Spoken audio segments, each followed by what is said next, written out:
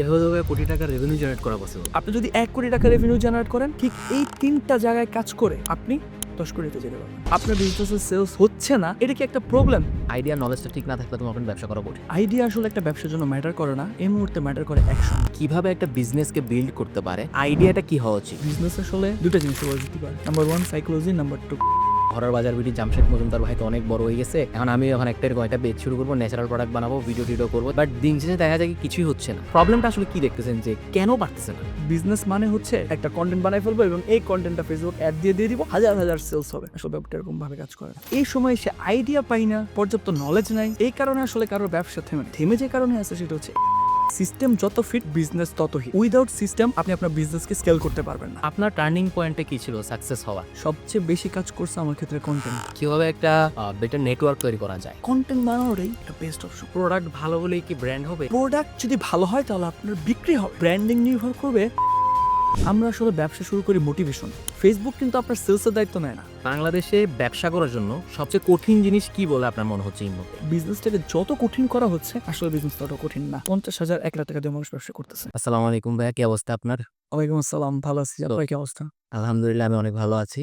আপনাকে আমি ফলো করি মোটামুটি ২ বছর হইছে এবং আমি আপনাকে দেখছি মার্কেটিং, বিজনেস, স্টোরি টেলিং এগুলো নিয়ে আপনি অনেক বেশি কথা বলেন। একটা বিজনেসকে কিভাবে স্টার্ট করা যায়, বিল্ড করা সবকিছু নিয়ে আপনি মোটামুটি কথাবার্তা বলেন। সো আমার কোয়েশ্চেনটা হচ্ছে একজন উদ্যোক্তা সে কিভাবে একটা বিজনেসকে বিল্ড করতে পারে? তার আইডিয়াটা কি হওয়া উচিত? কেমন আইডিয়া ধরেন কাজ চলছে? কারণ আমি যেটা মনে করি যে আইডিয়াই হচ্ছে মনে করেন একটা জিনিস যেখানে কারণ আইডিয়াটা ঠিক না থাকলে মনে করেন কোই প্রোডাক্টে কিসে যাবে?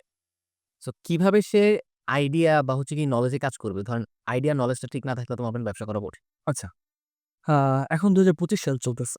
আইডিয়া আসলে একটা ব্যবসার জন্য ম্যাটার করে না। এই মুহূর্তে ম্যাটার করে অ্যাকশন। কেন অ্যাকশন? কারণ এখন পৃথিবীতে আপনি খুঁজলে খুব বেশি ইউনিক আইডিয়া বের করতে পারবেন না। কারণ যত ধরনের বিজনেস আইডিয়া, যত ধরনের মার্কেটিং আইডিয়া বের করা সম্ভব অলরেডি এগুলো বের হয়ে গেছে। আপনি এখন সার্চ করলেও ChatGPT থেকে দিলেও ChatGPT আপনাকে ব্যবসার ১০ টা আইডিয়া দিয়ে দিবে। এখন আপনি ইজিলি ১০ টা ব্যবসার আইডিয়া পেয়ে গেলেন। এর মানে কি আপনি বিজনেসটা করতে পারবেন? Not like that. আপনাকে যে জায়গাটাতে কাজ করতে হবে সেটা হচ্ছে অ্যাকশন। আপনাকে যেকোনো একটা আইডিয়া পিক করতে হবে। ওই আইডিয়া পিক করে ওইটার উপর অ্যাকশন নিতে হবে। দেখেন আপনি যদি অ্যাকশন না নেন, আপনার কাছে ১০০ টা মিলিয়ন ডলারের আইডিয়া আছে। কিন্তু আসলে হয়তো এগুলো মিলিয়ন ডলার আইডিয়া, বাট বাস্তবে এর কোনো ভ্যালুয়েশন নেই। তাই এখন কিন্তু আমরা যে নলেজের জায়গাটা চিন্তা করতেছি, একটা সময় ছিল এরকম যখন আমাদের নলেজ পাইতে খুব কষ্ট হইতো। যদি আমি আমার কেরিয়ারের শুরুর কথা বলি ২০১৬-১৭ তে যখন আমি ফ্রিল্যান্সিং বা ডিজিটাল মার্কেটিং এ কাজ করতাম। যে নতুন একটা জিনিস আমাকে এপ্লাই করতে হবে, এটা আমি কিভাবে শিখবো? কোন জায়গা থেকে শিখবো? খুব বেশি একটা কনটেন্ট YouTube এ বাংলাতে তো পাওয়াই যেত না। হিন্দি বা ইংলিশ কনটেন্ট মোটামুটি দেখে একটা ধারণা নিতে হইতো, আচ্ছা এটা মনে হয় এভাবে করতে হচ্ছে। ধারণা নেওয়ার পর কিন্তু আমি এপ্লাই করছি। এপ্লাই করে টেস্ট অ্যান্ড ট্রায়াল হইছে। দেন আমি বুঝতে পারছি যে ওকে, এভাবে জিনিসটা কাজ করতে হয়। কিন্তু এখন ২০২৫ সাল, আজ কিছুদিন পর ২৬ সাল শুরু হয়ে যাবে। এই সময় এসে আইডিয়া পাই না বা আমার পর্যাপ্ত নলেজ নাই, কিভাবে আমি গেইন করব? এই কারণে আসলে কারো ব্যবসা থেমে নেই। থেমে যে কারণে আছে সেটা হচ্ছে এক্সিকিউশন। তাই যতটা সময় আসলে আইডিয়াতে দেওয়া উচিত, তার চেয়ে বেশি সময় দেওয়া উচিত এক্সিকিউশনে। ১০ টা আইডিয়া পিক করে র‍্যান্ডমলি কাজ করতে থাকলেও একটা আইডিয়া সত্যিকার অর্থে মিলিয়ন ডলারের বিজনেসে নিয়ে যাওয়া সম্ভব। আচ্ছা, সো আপনি বলতে চাইতেছেন হচ্ছে গিয়ে ধরেন এক্সিকিউশন এ বেশি মনোযোগ রায় কথা বলতেছে। সো এখন ভাই আমার কোয়েশ্চেনটা হচ্ছে ধরেন আমি যদি আমার আইডিয়াটাকে লক করতে না পারি, আমি এক্সিকিউশন এ কিভাবে যাব? না, আইডিয়া তো আপনি ১০ টা একসাথে লক করবেন না। আপনি ১০ টা মিলিয়ন ডলার আইডিয়া আছে। আপনি ভাবতেছেন এই আইডিয়াগুলো অনেক বড় বিজনেস করা সম্ভব। এইটার ভাবা যাবে না। ১০ টা আইডিয়া পেয়েছেন, একটাকে ইনস্ট্যান্ট পিক করতে হবে। কারণ এখন আপনি আইডিয়া যে পাওয়ার ব্যাপার, এখন কিন্তু সোর্স রিসোর্স অনেক ইজি। আপনি খুঁজলেই ChatGPT কে একটু প্রম্পট ইঞ্জিনিয়ারিং করতে পারলেই বা আশেপাশে দেখলেই আপনি বুঝে যাবেন যে ওকে, এই আইডিয়াটা তার মানে কাজ করা যেতে পারে। এই আইডিয়াটা ভালো না, এটা আপনাকে টেস্ট করে দেখতে হবে। যদি সত্যিকার অর্থে একটা আইডিয়া পেলেই আসলে মিলিয়ন ডলার ব্যবসা করা সম্ভব হইতো, তাহলে আপনি, আমি কেন, পৃথিবীর সবাই মিলিয়ন, মিলিয়ন ডলারের বিজনেস করত। সবাই যে কাজটা করতে পারে, সহজে আইডিয়া বের করতে পারে, বাট এক্সিকিউশন এ যাওয়াটা সবার জন্য কঠিন। সো আপনার স্ট্র্যাটেজিটা কি ভাইয়া? আমার স্ট্র্যাটেজি হচ্ছে যখনই আমার কাছে কোনো একটা আইডিয়া আসে, আমি মনে করি একটা আইডিয়া কখনো প্রপার আইডিয়া হইতে পারে না। যে আমি ভাবতেছি একটা বিজনেসের ক্ষেত্রে আমি যদি স্ট্র্যাটেজি বা প্ল্যানিং এর কথা আসি, যে আমি চিন্তা করলাম এতজন মানুষ আমার এই প্রোডাক্টটা দেখবে, এতজন মানুষ আমার এই প্রোডাক্টটা থেকে ইন্টারেস্টেড হবে, এতজন মানুষ আমার এই প্রোডাক্টটা কিনবে এবং এত পার্সেন্ট হয়তো আমি প্রফিট জেনারেট করব। এটা হয়তো আমার একটা বিজনেস আইডিয়া বা বিজনেস প্ল্যানিং হতে পারে। বাট বাস্তব রিয়েল ফিল্ড এটা কখনোই এভাবে কাজ করে না। যখন আপনি এই জায়গাটাতে কাজ করতে যাবেন, তখন দেখবেন ফানেলে কিছু প্রবলেম আসছে। ফানেলে কিছু লিকেজ আছে।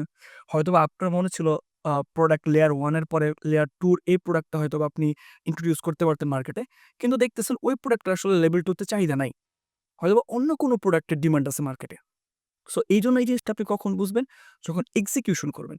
তাই আমার যদি মনে হয় যে আমি এই সেগমেন্টটা নিয়ে বা এই আইডিয়াটার উপর বিজনেস দাঁড় করাতে চাই, আমি ওই দেখি যে এটার কি মার্কেট ডিমান্ড আছে। কিছু, কিছু তো মেট্রিক্স আছে যে এইটা কি এই প্রোডাক্টটা কি আমার মার্কেটে চলবে কিনা বা এই বিজনেসটা করার জন্য কি এখনো বাংলাদেশের মার্কেট বা আমি যদি ইন্টারন্যাশনালি করি তাহলে এটা কি প্রেফারেবল কিনা, এখন কি মার্কেট ডিমান্ড আছে কিনা। যদি মনে হয় দেন আমি খুব বেশি আইডিয়া ঘাটাঘাটি করি না। ওকে, এটা এখন এক্সিকিউশনের পালা। এক্সিকিউশন করে আমি দেখব আল্টিমেটলি কি এই আইডিয়াটা বিজনেস মার্কেটে চলতেছে কি চলতেছে না। এখানে যদি আমি আরেকটু আইডেন্টিফিকেশন করতে চাই যে আমি কোন আইডিয়াটা নিয়ে মার্কেটে যাব, তাহলে আমি বলব ১ম এ আইডিয়া পিক করার পরের স্টেপ হচ্ছে প্ল্যানিং বানানো। আপনি চিন্তা করছেন একটা $1,000,000 আইডিয়া আপনার কাছে আসছে, এটা নিয়ে আপনি বিজনেস করবেন। আল্টিমেটলি কি ওই $1,000,000 বিজনেস করার জন্য আপনারা এই আইডিয়ার উপর বেস করে প্ল্যানিং করতে পারতেছেন? যদি প্ল্যানিং করতে পারেন, দেন এক্সিকিউশন এ যাবেন। আর যদি প্ল্যানিংই করতে না পারেন, তার মানে বুঝতে হবে এটা আসলে আপনার মনে হচ্ছে একটা আইডিয়া যেটা $1,000,000 বা কোটি টাকার ব্যবসা করা সম্ভব। আল্টিমেটলি এটা এখনের জন্য মার্কেট প্রেফারেবল না। এবং এই যে প্ল্যানিংটা বললাম, এই প্ল্যানিংটাও কিন্তু এক্সিকিউশনেরই পার্ট। দেন রিয়াল ফিল্ডে যাওয়া। হুম। সো যে মনে করেন নতুন উদ্যোক্তা, একজন ব্যবসায়ী। সো সে ব্যবসা শুরু করছে। তার মনে করেন লেটস সে হচ্ছে গিয়ে সে একটা নরমাল চাকরি-টাকরি করে। সেখান থেকে ধরেন সে ২০,০০০-৩০,০০০ টাকার মতো ইনকাম করে কোনরকম। সে একটা ব্যবসা করতে চাইতেছে। কিন্তু প্রবলেম হইতেছে যখন আপনি তাকে বলতেছেন যে, "তোমাকে ১ম এ এক্সিকিউশন করতে হবে, তারপর দেখতে হবে যে এটা মার্কেটে চলতেছে কি চলতেছে না। তারপরে যে তুমি বুঝতে পারবা এরকম ১০ টা ১২ টা আইডিয়া নিয়ে কাজ করে আগে বুঝতে হবে।" না, আমি কিন্তু ১০টা ১২টা আইডিয়া নিয়ে কাজ করার কথা বলতেছি না। আচ্ছা, একটা আইডিয়া পিক করে ওটার উপরেই কাজ করতে হবে। আচ্ছা। টেস্ট করে দেখতে হবে এটা মার্কেটে চলতেছে কি চলতেছে না। সো তার তো মনে করেন এনাফ টাকা নাই এই জিনিসটা করার। সো সে কিভাবে একজন ব্যবসায়ী হইতে পারে, এরকম সফল উদ্যোক্তা হইতে পারে? আচ্ছা, আমি যদি এটার সাথে আরেকটু এডিশনালি এড করি, তাহলে আপনি দেখবেন অনেক মানুষ ব্যবসা শুরু করে কিন্তু আল্টিমেটলি আসলে পরে আর ওই ব্যবসাতে টিকে থাকতে পারে না। ১ মাস, ২ মাস, ৩ মাস বা ৫ মাস পরে সে আসলে ব্যবসা থেকে বেরিয়ে আসে। কেন? এটার একটা বড় কারণ হচ্ছে আমরা আসলে ব্যবসা শুরু করি মোটিভেশনে। ওকে। লাইক আমি হচ্ছে রেগুলার কনটেন্ট বানাচ্ছি। আমার কনটেন্ট আপনি দেখতেছেন, আরো মানুষ দেখতেছেন। দেখার পর সবাই চিন্তা করতেছে, বাহ! বিজনেস তো একটা বিশাল বড় ব্যাপার। আমিও তাহলে বিজনেস করব। 9 to 5 থেকে বেরোবো, রেট রেস থেকে বেরোবো, বিজনেস করে একদম বাড়ি-গাড়ি সবকিছু করে ফেলবো। বাট আল্টিমেটলি কিন্তু রিয়াল লাইফ এ ব্যাপারটা এমনভাবে কাজ করে না। মোটিভেশনের চেয়ে সবচেয়ে বেশি যে জিনিসটা কাজ করে সেটা হচ্ছে ডিসিপ্লিন। কেন এটা আমি বলতেছি? তার কারণ হচ্ছে মোটিভেশন হ্যাঁ, আপনাকে ব্যবসাতে নামাই দেওয়ার জন্য মোটিভেশনটা এনাফ। যে আপনি চাকরি থেকে গিয়ে ব্যবসা করবেন বা করবেন না দ্বিধাদ্বন্দ্বে আছেন। তখন আমি আপনাকে মোটিভেট করলে আপনি বিজনেসে নামতে পারবেন। কিন্তু ওই মোটিভেশনের পিছনে যদি আমি আপনাকে বিজনেস গাইডলাইনসটা না দিতে পারি, আপনার যদি একটা প্রপার স্ট্র্যাটেজি না থাকে, আপনি যদি প্রপার গাইডলাইন না পান যে কিভাবে স্টেপ বাই স্টেপ আপনাকে আগাইতে হবে, তাহলে আপনি কিছুদিন পর সত্যি অর্থেই ঝরে যাবেন। এটার একটা বড় পার্সপেক্টিভ যদি আপনি দেখেন, সেটা হচ্ছে অনেকেই আমি কখনো এভাবে ইন্সপায়ার করি না মানুষকে যে আপনি চাকরি ছেড়ে দিয়ে ব্যবসাতে চলে আসেন। কারণ অনেক উদ্যোক্তা আমার সেমিনার আসে, অনলাইন আসে, সবাই আমাকে প্রশ্ন করে যে, "ভাই আমি চাকরি ছেড়ে ব্যবসা শুরু করতে চাচ্ছি।" তখন আসলে একটা প্রবলেম হয়। এই কারণেই বেশিরভাগ উদ্যোক্তা আপনি যে প্রশ্নটা করলেন সেটার সাথে রিলেট করতে পারবে। সেটা হচ্ছে আমার পরামর্শ হচ্ছে আপনি চাকরি করতেছেন, কালকে আপনি একটা ব্যবসা শুরু করতে চান, আপনি আজকেই চাকরি থেকে কুইট করবেন না। আপনি ব্যবসাটা সম্পর্কে জানেন, বুঝেন, দেখেন সত্যিকার অর্থে আপনার জন্য কি ব্যবসা কিনা। শুধুমাত্র মোটিভেটেড হয়ে ব্যবসা শুরু করবেন না।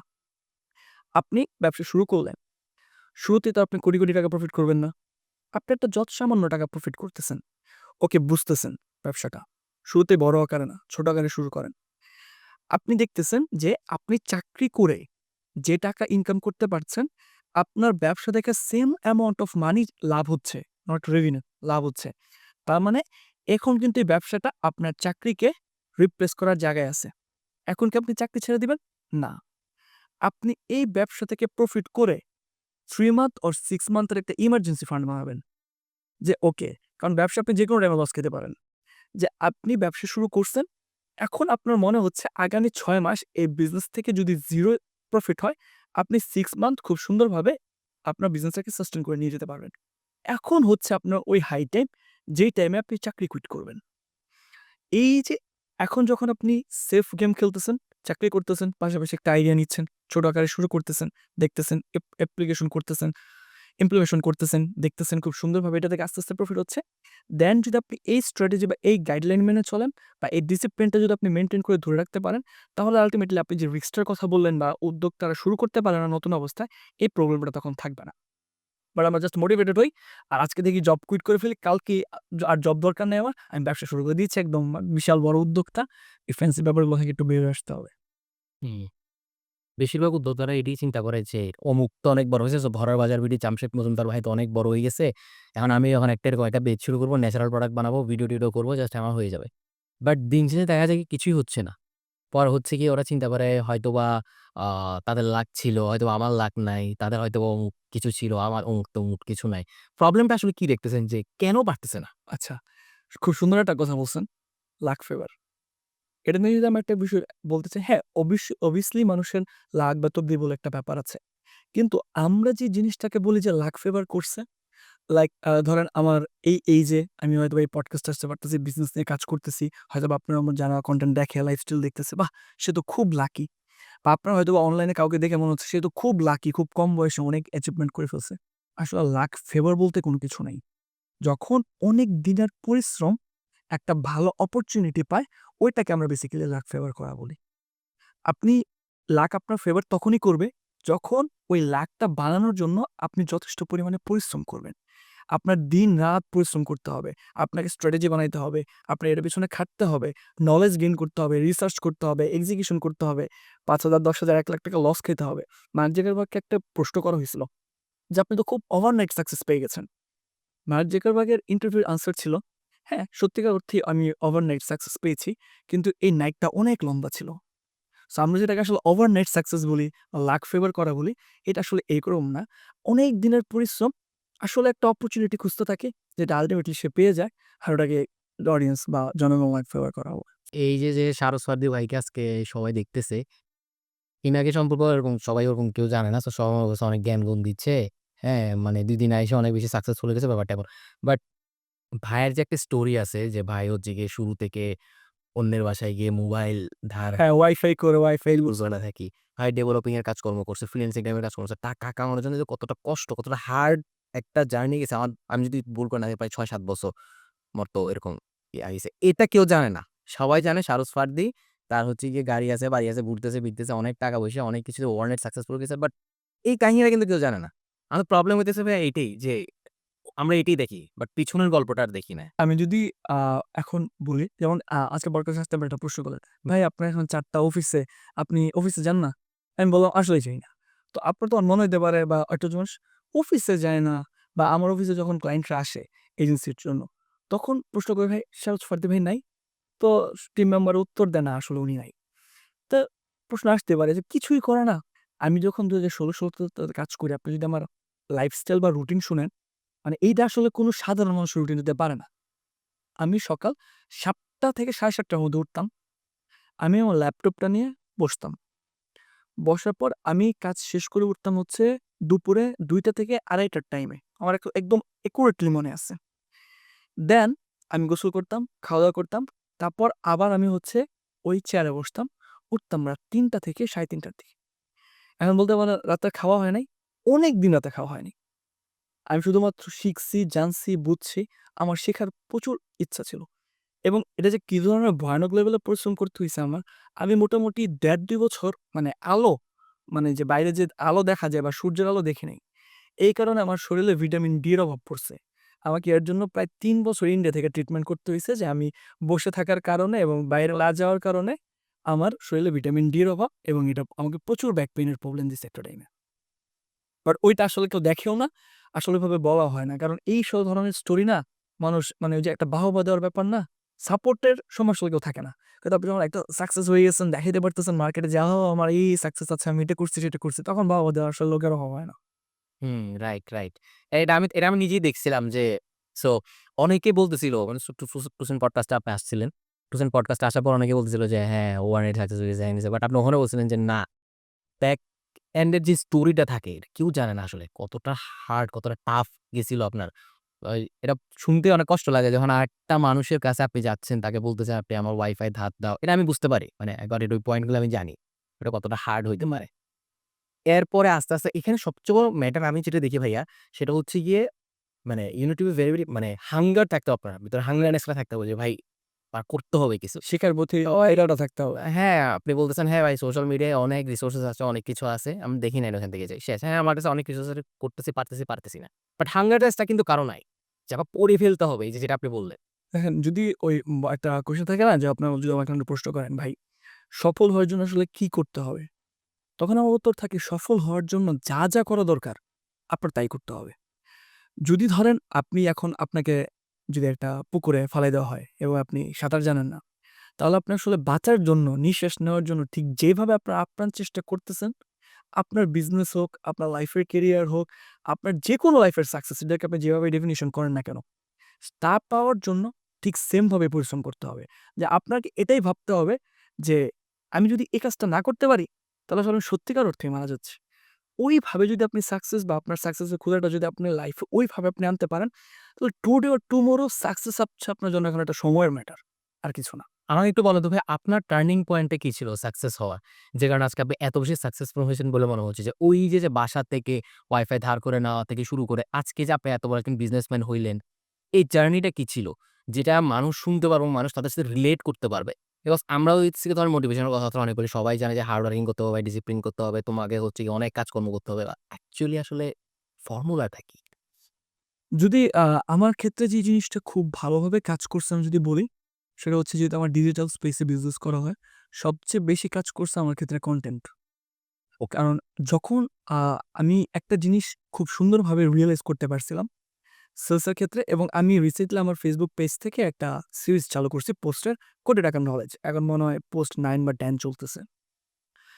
আমি একটা জিনিস খেয়াল করলাম যে আমি কিন্তু কনটেন্ট আসলে কনটেন্টের পারপাস কিন্তু এরকম না যে আমি কনটেন্ট করতেছি, পাশাপাশি আমি বিজনেসে আসছি। ব্যাপারটা কখনো এরকম না। আমি একটা বিজনেসই শুরু করছিলাম। এটা ২০১৮ বা ১৯ এ। কি বিজনেস? এটা হচ্ছে কি তখন আমি আর আমার এক ফ্রেন্ড মিলে হচ্ছে আমরা অ্যাপ ডেভেলপমেন্ট করতাম। যেহেতু আপনি বলছেন রিলেট করছেন যে আমরা ডেভেলপমেন্টের জায়গাটাতে আছে। সো তখন আমি ৳৪০,০০০ র মতো একটা কাজও করছিলে। হ্যাঁ, তো ফার্স্ট মান্থে 55,000 পেমেন্ট পাই। বাসা থেকে ভাবছিল যে আমি আসলে কি না কি করে টাকা ইনকাম করতেছি। তো ওইখানে যদি আমি একটু রিলেট করার চেষ্টা করি যে কিভাবে জিনিসটা আমার আইডিয়াটা কাজে লাগছে। সো একটা বিজনেস শুরু করি। বিজনেস শুরু করে দেখতেছি যে আমি যদি আমি ১০ জন মানুষকে আমার বিজনেসটা সম্পর্কে বলি, তাহলে ২-৩ জন মানুষ ইন্টারেস্ট হচ্ছে। আমার একটা রেভিনিউ আসতেছে। আচ্ছা আমি তো আশেপাশে চিন্তা করলে ১০ জন মানুষের বাইরে তো আর কাউকে পাচ্ছি না তেমন একটা। বা কতজনই বা আমি রিচ করতে পারবো? 100? তাহলে আমি বুঝলাম যে এখন তো আমি যদি ১০ জন মানুষকে রিচ করলে ২ জন মানুষ আমার প্রোডাক্টটা পারচেজ করে, তার মানে ১,০০০ জনকে করলে আমার এখান থেকে হচ্ছে ২০০ মানুষ করতে পারে। তার মানে আমার গেমটা হচ্ছে আমার প্রোডাক্ট, আমার সার্ভিস সম্পর্কে যত বেশি মানুষকে আমি জানাতে পারি। তো তার জন্য বেস্ট অপশন হচ্ছে কনটেন্ট বানানো। ওই জায়গা থেকে আমি কনটেন্ট বানানো শুরু করলাম এবং কনটেন্ট বানাতে, বানাতে যখন দেখলাম যে আসলে এখন এমন একটা এরা চলে আসছে যে এখন ফুল একটা বিজনেস বিল্ড করা যায় পার্সোনাল ব্র্যান্ডের উপর ভিত্তি করে। যে আপনার যদি পার্সোনাল ব্র্যান্ড স্ট্রং থাকে, তাহলে আপনি অনেক বড়, বড় কোম্পানিকেও খুব সুন্দরভাবে বিট করতে পারবেন আপনার পার্সোনাল ব্র্যান্ডিংকে কেন্দ্র করে। কারণ এখন আর ওই B2B, B2C উপর ম্যাটার করে না। এখন H to H, human two human. আপনি যেমন বললেন, আপনি আপনার লাইফ স্টোরি বলেন যাতে অডিয়েন্স তাদের সাথে কানেক্ট করতে পারে। সেম আমি আমার বিজনেস স্টোরি বলি যাতে মানুষ তাদের সাথে ওই বিজনেসকে কানেক্ট করতে পারে। আপনার একটা কোর্স আছে ডিটেইলে, হ্যাঁ? ৬ ঘন্টার একটা ডিজিটাল মার্কেটিং কোর্স আছে। আপনারা চাইলে দেখতে পারেন। ভাইয়ের চ্যানেলে আমার লিঙ্ক দিয়ে দিব। YouTube এ ফ্রিতেই আছে। ফ্রিতে আছে। হ্যাঁ, এটা ফ্রি কিন্তু। ওটা কোনো টাকা পয়সা লাগবে না। ওইখানে খুব সুন্দরভাবে একটা স্ট্র্যাটেজি অবলম্বন করছেন। আপনি পুরা কোর্সটা করাচ্ছেন। কোর্সের মাঝখানে যায়ে আপনি আপনার স্টোরিগুলা বলতেছেন। ইমোশনাল স্টোরিগুলা বলতেছেন। ব্যাক এন্ডে কি হইছে না হইছে ওগুলা বলতেছেন। এটাও বলতেছেন যে আমি যা দেখাচ্ছি ধরেন এগুলাই যে মানে অনেক কিছু এটা না। আমারও একটা স্টোরি আছে। সো এই যে ফর্মুলা গুলা এগুলো কিভাবে ধরেন মানুষের মনে করেন ব্রেইনে, মনে কিভাবে গাঁথে? কিভাবে চিন্তা করেন এই জিনিসটা যে এইটা বলতে হবে। ধরেন আজকে একজন একটা প্রোডাক্ট নিয়ে শুরু করল। প্রোডাক্ট আমি বলতে পারি কি প্রোডাক্ট নিয়ে শুরু করতে পারি? লেটস সে স্কিন কেয়ার নামের একটা প্রোডাক্ট নিয়ে শুরু করল। সে কিভাবে স্টোরি টেলিং টাকে কাজে লাগাতে পারে তার বিজনেসে?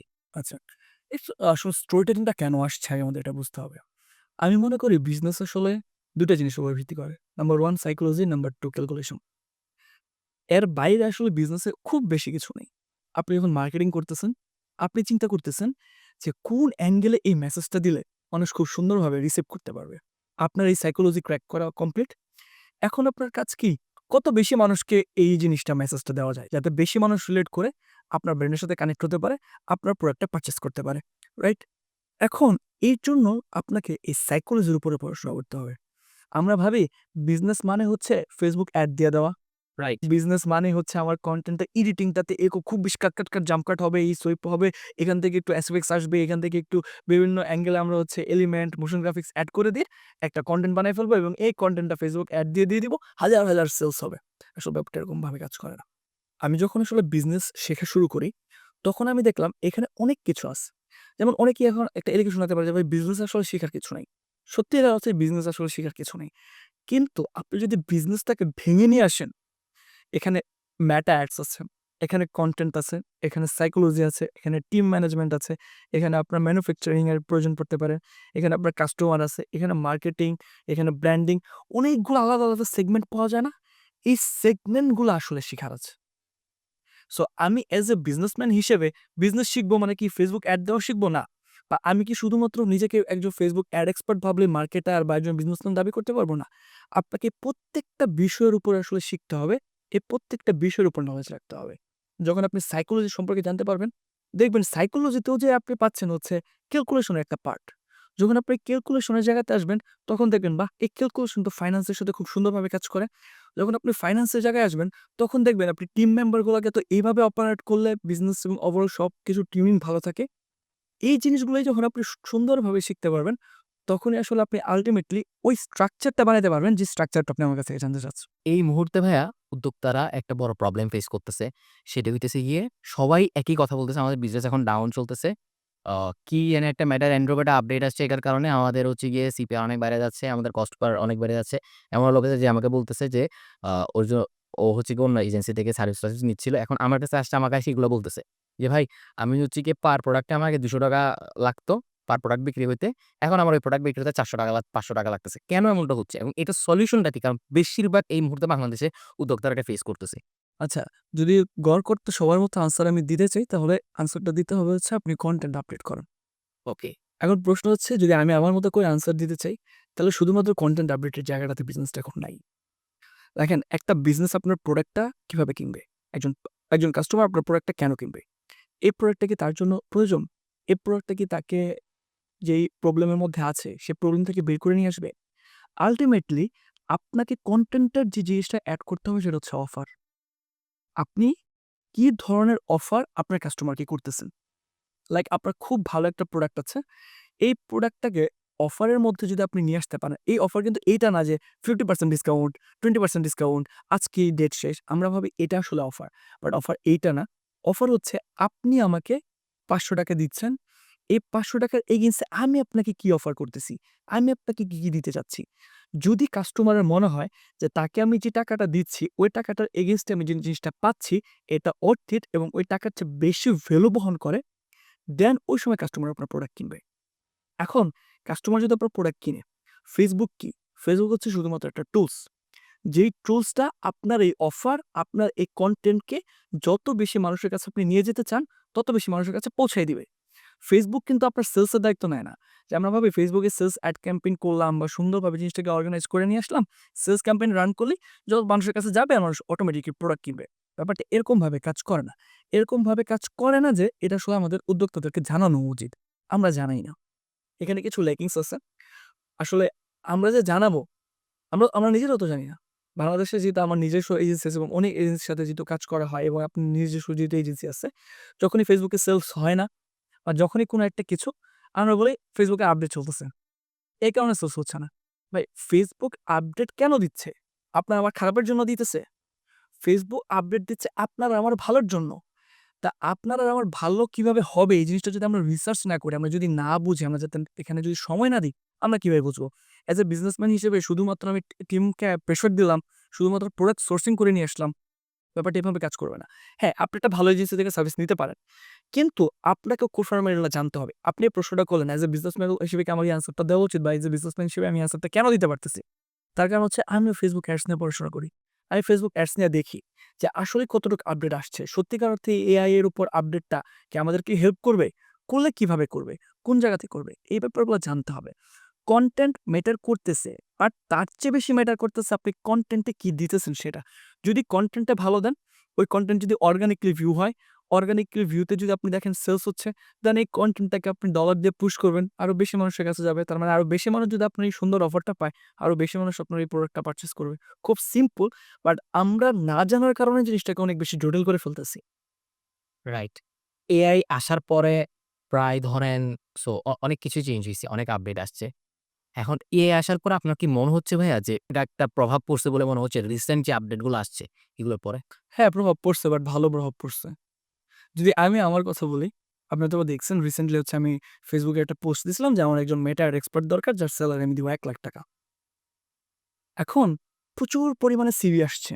প্রচুর পরিমাণ মানুষ তাদের অপিনিয়ন জানাইছে, কাজ করার বিভিন্ন পার্সপেক্টিভ রিজন দিছে। বাট এখন আমি দেখলাম প্রায় ১,০০০ প্লাস মনে হয় আসছে।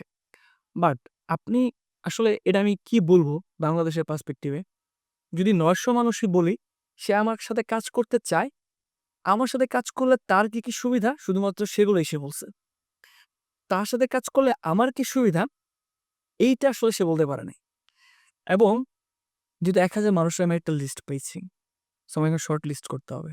নরমালি শর্ট লিস্টটা কে করত? একটা এইচআরকে দিতে হইতো, বা যে এই রিসার্চ টিমে আছে সে রিসার্চ করতে হইতো।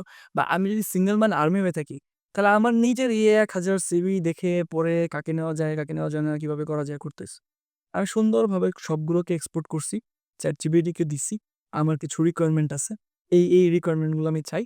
এখান থেকে আপনি টপ 10 বের করে দেন কাকে আমি কল করতে পারি। সে আমাকে খুব সুন্দরভাবে বের করে দিছে, এবং টপ 10 বের করে দেওয়ার পর কেন ChatGPT-কে আমি আবার প্রশ্ন করছি, কেন আপনার মনে হলো এই ১০ জনকে নিলে আমার বিজনেস ভালো হবে, এবং এই ১০ জনের মধ্যে কে কোনভাবে আমার বিজনেস হেল্প করতে পারে? তখন ChatGPT আমাকে আনসার দিছে। আপনার যদি ডাটা ট্র্যাকিং এ বেশি প্রয়োজন পড়ে, তাহলে এই ৩ জন বেস্ট। আপনার যদি ডাটা ট্র্যাকিং প্লাস আপনার টিম ম্যানেজমেন্ট এর প্রয়োজন পড়ে, তাহলে এই ২ জন বেস্ট। আপনার যদি মনে হয় যে শুধুমাত্র আপনি অনেক বেশি এক্সপার্ট চাচ্ছেন, যে কিনা $3,000,000 পর্যন্ত অ্যাড ক্যাম্পেইন করছে। কারণ একজন $3,000,000 পর্যন্ত অ্যাড ক্যাম্পেইন করছে, সে এখানে এপ্লাই করছিল।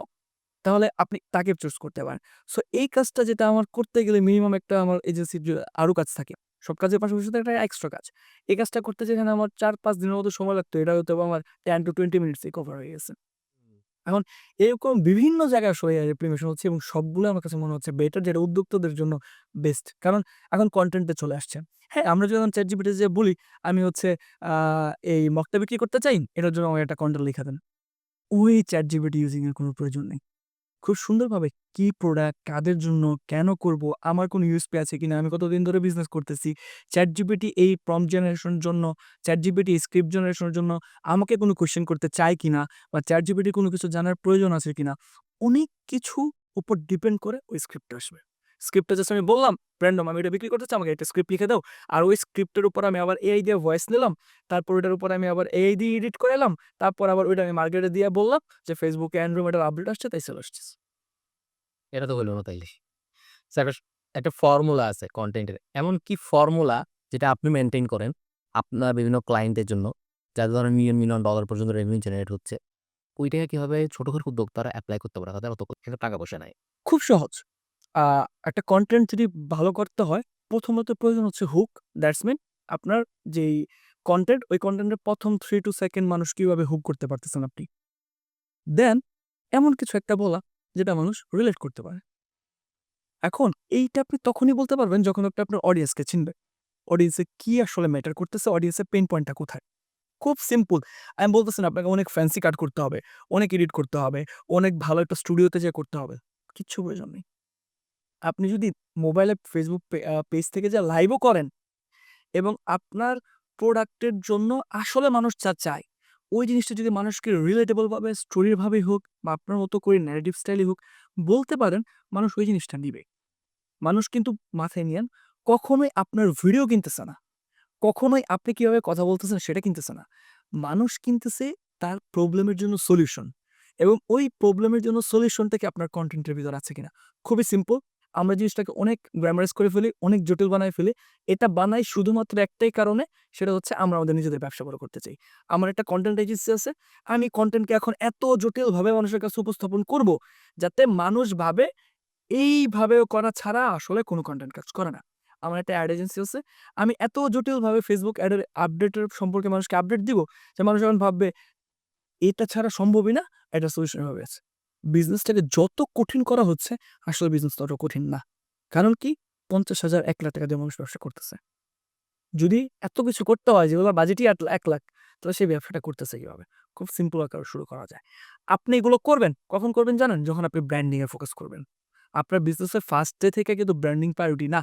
আপনার বিজনেসের ফার্স্ট ডে থেকে প্রায়োরিটি হচ্ছে সেলস। আপনার যখন সেলস শুরু হবে, দেন আপনি ফোকাস করবেন আপনার ওই সেলসটা সাস্টেইন করার জন্য সিস্টেমে। কারণ উইথআউট সিস্টেম আপনি আপনার বিজনেসকে স্কেল করতে পারবেন না। সিস্টেম যত ফিট, বিজনেস তত হিট। সো ওই জায়গা থেকে আপনাকে সিস্টেমে ফোকাস করতে হবে। আর যখন আপনি সিস্টেমে ফোকাস করবেন, তখন দেখবেন আপনার বিজনেসের জন্য যে ব্র্যান্ডিং এর প্রয়োজনীয়তাটা আছে, ওই প্রয়োজনীয়তা অটোমেটিক্যালি কাজ করা শুরু করবে। আপনার বিজনেস ফুল সিস্টেমের জন্য একটা প্লেবুক থাকা উচিত। আমি কিভাবে কি জিনিসগুলো করব? আপনি যদি শুধু সেলস এ ফোকাস করেন, লাইক আপনার এখন ১০ টা ক্লায়েন্ট আছে। আমি এজেন্সি বিজনেসের জন্যই বলি। আপনার এখন ১০ টা ক্লায়েন্ট আছে। আপনি জানেন, আচ্ছা এই ১০ টা ক্লায়েন্ট আমি এভাবে পেয়েছি। ওকে, তার মানে আরো ১০ টা ক্লায়েন্ট আমি এভাবেই পাবো। সো আমি এখন আরো ১০ টা ক্লায়েন্ট নিয়ে নিলাম। ২০ টা ক্লায়েন্ট হলো। কিন্তু আমার যে মেটা অ্যাড এক্সপার্ট বা আমার যে কনটেন্ট টিম বা আমার যে ওভারঅল সবকিছু, এটা তো ২০ জন ক্লায়েন্টের জন্য অ্যাপ্লিকেবল না। আমার তো স্ট্রাকচার ১০ জনের। সো এই জিনিসটা যদি আপনি করতে চান তাহলে আপনার বিজনেসটা যে গ্রোথটা হবে এই গ্রোথটাকে বলা হয় হাইব্রিড গ্রোথ। এই হাইব্রিড গ্রোথ যদি আপনার হয় তাহলে আপনি জানেনই হাইব্রিডের অবস্থা কেমন হতে পারে পার্সপেক্টিভে। সো আপনার বিজনেসের ইকোসিস্টেম বা আপনার বিজনেস খুব দ্রুত কোলাপস করবে। আবার আপনি যদি আগেই সিস্টেম বানান তো আপনার টাকা কোথায়? যে জিনিসটা আপনি বলতেছিলেন যে আপনার টাকা কোথায় সিস্টেম বানানোর? এইজন্য ১ম এ সেলস, ওই সেলসের জন্য সুন্দর করে সিস্টেম, তারপর এটাকে ধরুন আপনি 20% ইনক্রিজ করলেন, 20% সিস্টেম বানালেন। 20% ইনক্রিজ করলেন, 20% সিস্টেম করলেন। এই করতে, করতে আপনার বিজনেসের ব্র্যান্ডিং এবং আপনি যা চাচ্ছেন সবকিছু আপনার বিজনেসে ইনক্লুড হয়ে যাবে। নাইস। সবারই কেন উদ্যোক্তা হওয়া উচিত? আপনার এটা কি না, আমি সবসময় বলি সবার উদ্যোক্তা হওয়া উচিত না। একজন ব্যবসায়ী সে ব্যবসায়ী কেন হবে এটা বলেন? এখন ব্যবসায়ী যদি এই প্রশ্ন আসে, ১ম টা ক্লিয়ার করি। আমার মতে সবার উদ্যোক্তা উচিত না। যদি সিম্পল ভাবে বলি, সবাই যদি উদ্যোক্তা হয়ে যায়, তাহলে যারা উদ্যোক্তা হইলো তাদের আন্ডারে চাকরি করবে কে? এমপ্লয়ি কে থাকবে? এমপ্লয়ি কে থাকবে? সো সবার উদ্যোক্তা হইতে হবে না। উদ্যোক্তা হইতে গেলে আপনার কিছু বৈশিষ্ট্য থাকতে হবে। ওকে। সেই বৈশিষ্ট্যগুলোর মধ্যে একটা হচ্ছে ২৪ ঘন্টা কাজ করতে হবে। আপনার কখন খাওয়ার টাইম, কখন ঘুমানোর টাইম, কখন গোসলের টাইম মাথায় রাখা যাবে না। আপনার প্রচুর পরিমাণে স্ট্রেস নিতে হবে। কারণ কি? আপনি চাকরি করলে, ঠিক আছে আজকে মুড নাই ছুটি নিয়ে নিলাম। বাট আপনি তো আপনার বিজনেসে ছুটি নিতে পারবেন না। আপনাকে প্রচুর স্ট্রেস নিতে হবে। আপনার কাস্টমার কি বলল, আপনার এমপ্লয়ি কি করলো, আপনার টিম ম্যানেজমেন্ট কাজ করতেছে কিনা, যেই সাপ্লায়ারের কাছ থেকে আপনি প্রোডাক্ট নিচ্ছেন, ওই সাপ্লায়ারকে ঠিকমতো প্রোডাক্ট দিতেছেন কিনা, মাস শেষে হচ্ছে আপনি ওই যে অফিস রেন্ট নিচ্ছেন, অফিস রেন্টে কি আপনি টাকা দিতে পারতেছেন কিনা, আপনার পরিবারের সাথে আপনার সম্পর্ক একটা যে ব্যালেন্স এটা মিস হয়ে যেতে পারে, আপনার বন্ধু-বান্ধবের থেকে আপনার আলাদা থাকতে হতে পারে। এই সবকিছু স্যাক্রিফাইস করার পর যদি আপনি একটা গ্ল্যামারাস লাইফ চান, সেখানে একটা সার্টেন টাইম যাওয়ার পরে এগুলোর আর কিছু নাই। তাহলে আপনার উদ্যোক্তা হইতে হবে। আর যদি আপনি চিন্তা করেন যে আমি ৯ টা ৫ টা চাকরি করি, এই চাকরি থেকে বের হবো, এজন্য আমি উদ্যোক্তা হবো, তাহলে আপনি ৯ টা থেকে ৫ টা থেকে বের হয়ে এসে আপনি ২৪ ঘন্টার একটা লুপ হোলে ঢুকতেছেন। আপনার কয় রাত না ঘুমাইতে হইতে পারে তার কোনো ঠিক নেই। সো আমি সবাইকে উদ্যোক্তা হইতে বলি না। যাদের মধ্যে এই গুণগুলা থাকে তাদেরই উদ্যোক্তা হওয়া উচিত। বাকিদের জন্য সেফ লাইফ হচ্ছে 9 to 5 জব। Hmm, nice. খুব সুন্দর লাগছে। এইটা রিলে তারপর হচ্ছে গিয়ে TikTok এ দিলে অনেক ভালো পারফর্ম করবে এই টাইপের ইয়াগুলা। সো ভাইয়া এখন এআই অনেক বুমিং করতেছে। ঠিক আছে? হুম। আপনার কি মনে হয় এই যে এআই সম্পর্কে কি বিজনেস করলে আপনার মনে হইতেছে এখন এআই এর মধ্যে প্রোডাক্ট বিজনেস ভাই সবাই জানি আমরা মোটামুটি। এআই এর মধ্যে কি বিজনেস করলে আপনার মনে হইতেছে ভালো হবে? এখন যদি আমি বিজনেসের পার্সপেক্টিভ থেকে ধরি, যখন এআই এত বেশি জেনারেট হচ্ছে, এখন আমি নতুন করে সেলস বিজনেসে ঢুকতেছি। বিভিন্ন সফটওয়্যারের জায়গাতে কাজ করা শুরু করতেছি। যেমন এখন কিন্তু অনেক বিজনেসের জন্য এআই এজেন্টও কিন্তু অনেক বেশি হেল্প করতেছে। সো যারা এআই এজেন্ট বানানোর জন্য একটা সফটওয়্যার ফার্ম খুলতেছে বা একটা আইটি ফার্ম খুলতেছে, তারা হচ্ছে বিজনেসকে কিভাবে এআই এর মাধ্যমে অটোমেশন করা যায়, কিভাবে হচ্ছে বিজনেসের ফাইন্যান্সটাকে এআই এর ভাবে আরেকটু সুন্দরভাবে করা যায়। বেসিক্যালি এআইটাকে উপর কেন্দ্র করে কেউ যদি কোনো সফটওয়্যার বেস কিছু একটা করতে পারে, যেটা তাকে রিকারিং মডেলই হোক বা ওয়ান টাইম পেমেন্টের সলিউশনই বিজনেসের জন্য একটা রেভিনিউ জেনারেট করবে, I think it could be good option. এর উপর অনেক কিছু করা যাবে। এবং আপনি যদি আমাকে প্রশ্ন করেন যে আগামী ২ বছর পর এর উপর ভিত্তি করে কি ব্যবসা করা যাবে? আমি বলব আমি জানি না। আগামী ২ দিন পর কি হবে? এটা ইন্ডাস্ট্রি কেউ বলতে পারতেছে না। তো আমি কিভাবে প্রেডিক্ট করব ২ বছর পর এআই এর উপর বেস করে কি ব্যবসা হইতে পারে? আমি যা বললাম তা আজকের জন্য রিলেটেবল। এবং এই পডকাস্ট আপলোড হইতে, হইতে এই কথা আমার irrelevant হয়ে যেতে পারে। এআই এত দ্রুতই আপডেট করতেছে। একজন উদ্যোক্তা বা একজন ব্যবসায়ী সে যখন একটা ব্যবসা শুরু করতেছে, কি মনে হয় কি স্কিল তার থাকা উচিত? এবং কি স্কিল নিয়ে সে যদি নামে তাইলে চান্স খুব হাই যে সে ভালো করবে? একজন উদ্যোক্তার যদি একটা স্কিল থাকে, এটাই তাকে উদ্যোক্তা হওয়ার জন্য সবচেয়ে বেশি হেল্প আপনার কি এরকম স্কিল ছিল বলে আপনি মনে করতেছেন? একজন উদ্যোক্তার যদি একটা স্কিলই থাকে, তাহলে সে যেকোনো উদ্যোগ গ্রহণ করে খুব ভালো করতে পারবে। সেটা হচ্ছে ক্রিটিক্যাল প্রবলেম সলভিং। কারণ একটা উদ্যোক্তার লাইফে যে কত পরিমাণ প্রবলেম আসবে, এটা যে উদ্যোক্তা লাইফে না আসছে, সে কোনোদিন বলতে পারবে না। তখন যদি আপনি প্যানিক করতে থাকেন যে, "এটা আমি কিভাবে করব? এটা আমার কি করা যায়?" তাহলে আসলে আপনার জন্য এই গেম না। আমি মনে করি business is a war and everything is fair.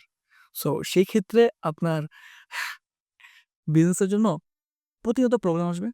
ওই প্রবলেম আপনি কিভাবে স্মার্ট সলিউশন করবেন, এ ব্যাপারে আপনার যেতে হবে। আপনার মার্কেটিং এর প্রবলেম হচ্ছে, এখন আপনি কি নিজে মার্কেটিং শিখবেন নাকি মার্কেটিং টিম হায়ার করবেন? আপনার কনটেন্ট কাজ করতেছে না।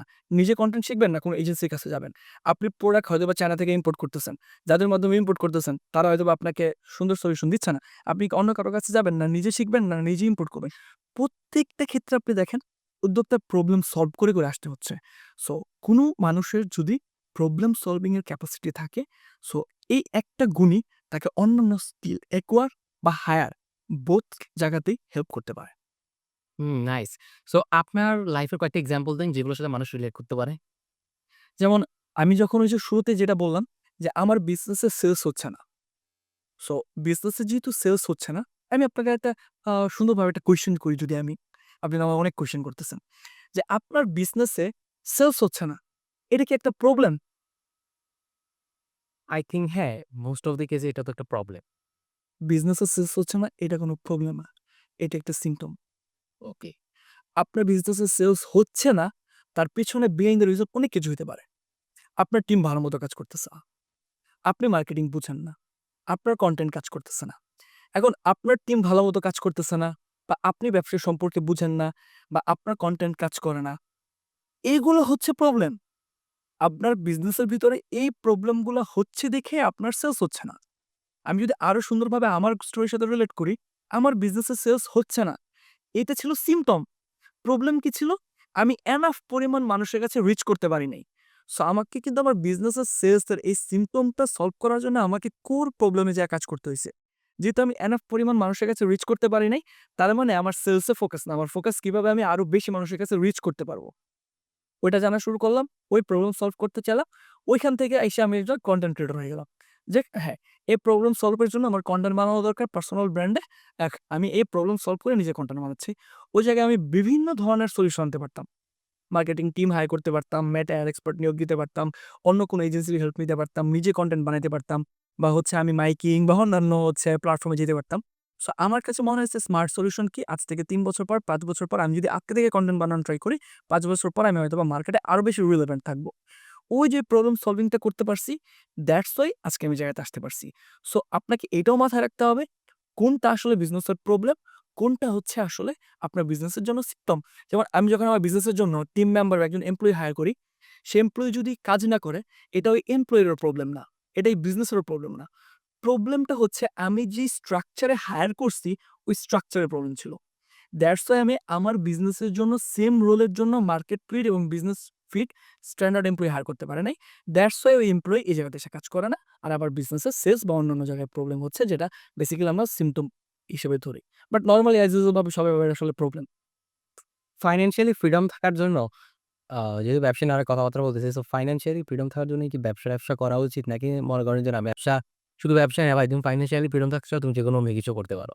ডিপেন্ড করে হচ্ছে আপনি কেমন লাইফস্টাইল মেইনটেইন করতে চান। যেমন আ আমার আমি একটা পার্সোনাল স্টোরি বলি আমার এক ফ্রেন্ডের। এই স্টোরিটা আমি অনেক জায়গায় বলি।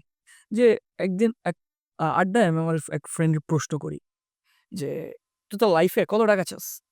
ওই অ্যামাউন্ট আমারে বল আমি তোরে দিবো। তুই আর চাকরি-বাকরি কিছু করিস না বা করার প্রয়োজন নেই।" তো সে ওরকম কোনো অ্যামাউন্ট আসলে বলতে পারে না এবং সে বলতেও পারে না এবং তার কাছে মনে হইছে যে চাকরি একটা গুড অপশন তার জন্য। কেন মনে হইছে? আপনি বাংলাদেশের পার্সপেক্টিভ এ হয়তোবা সর্বোচ্চ পর্যায়ে গেলে ১, ১.৫ লাখ, ২ লাখ টাকা হয়তোবা স্যালারি ইনকাম করতে পারবেন। সরকারি জায়গার অবস্থা ওটা ভিন্ন।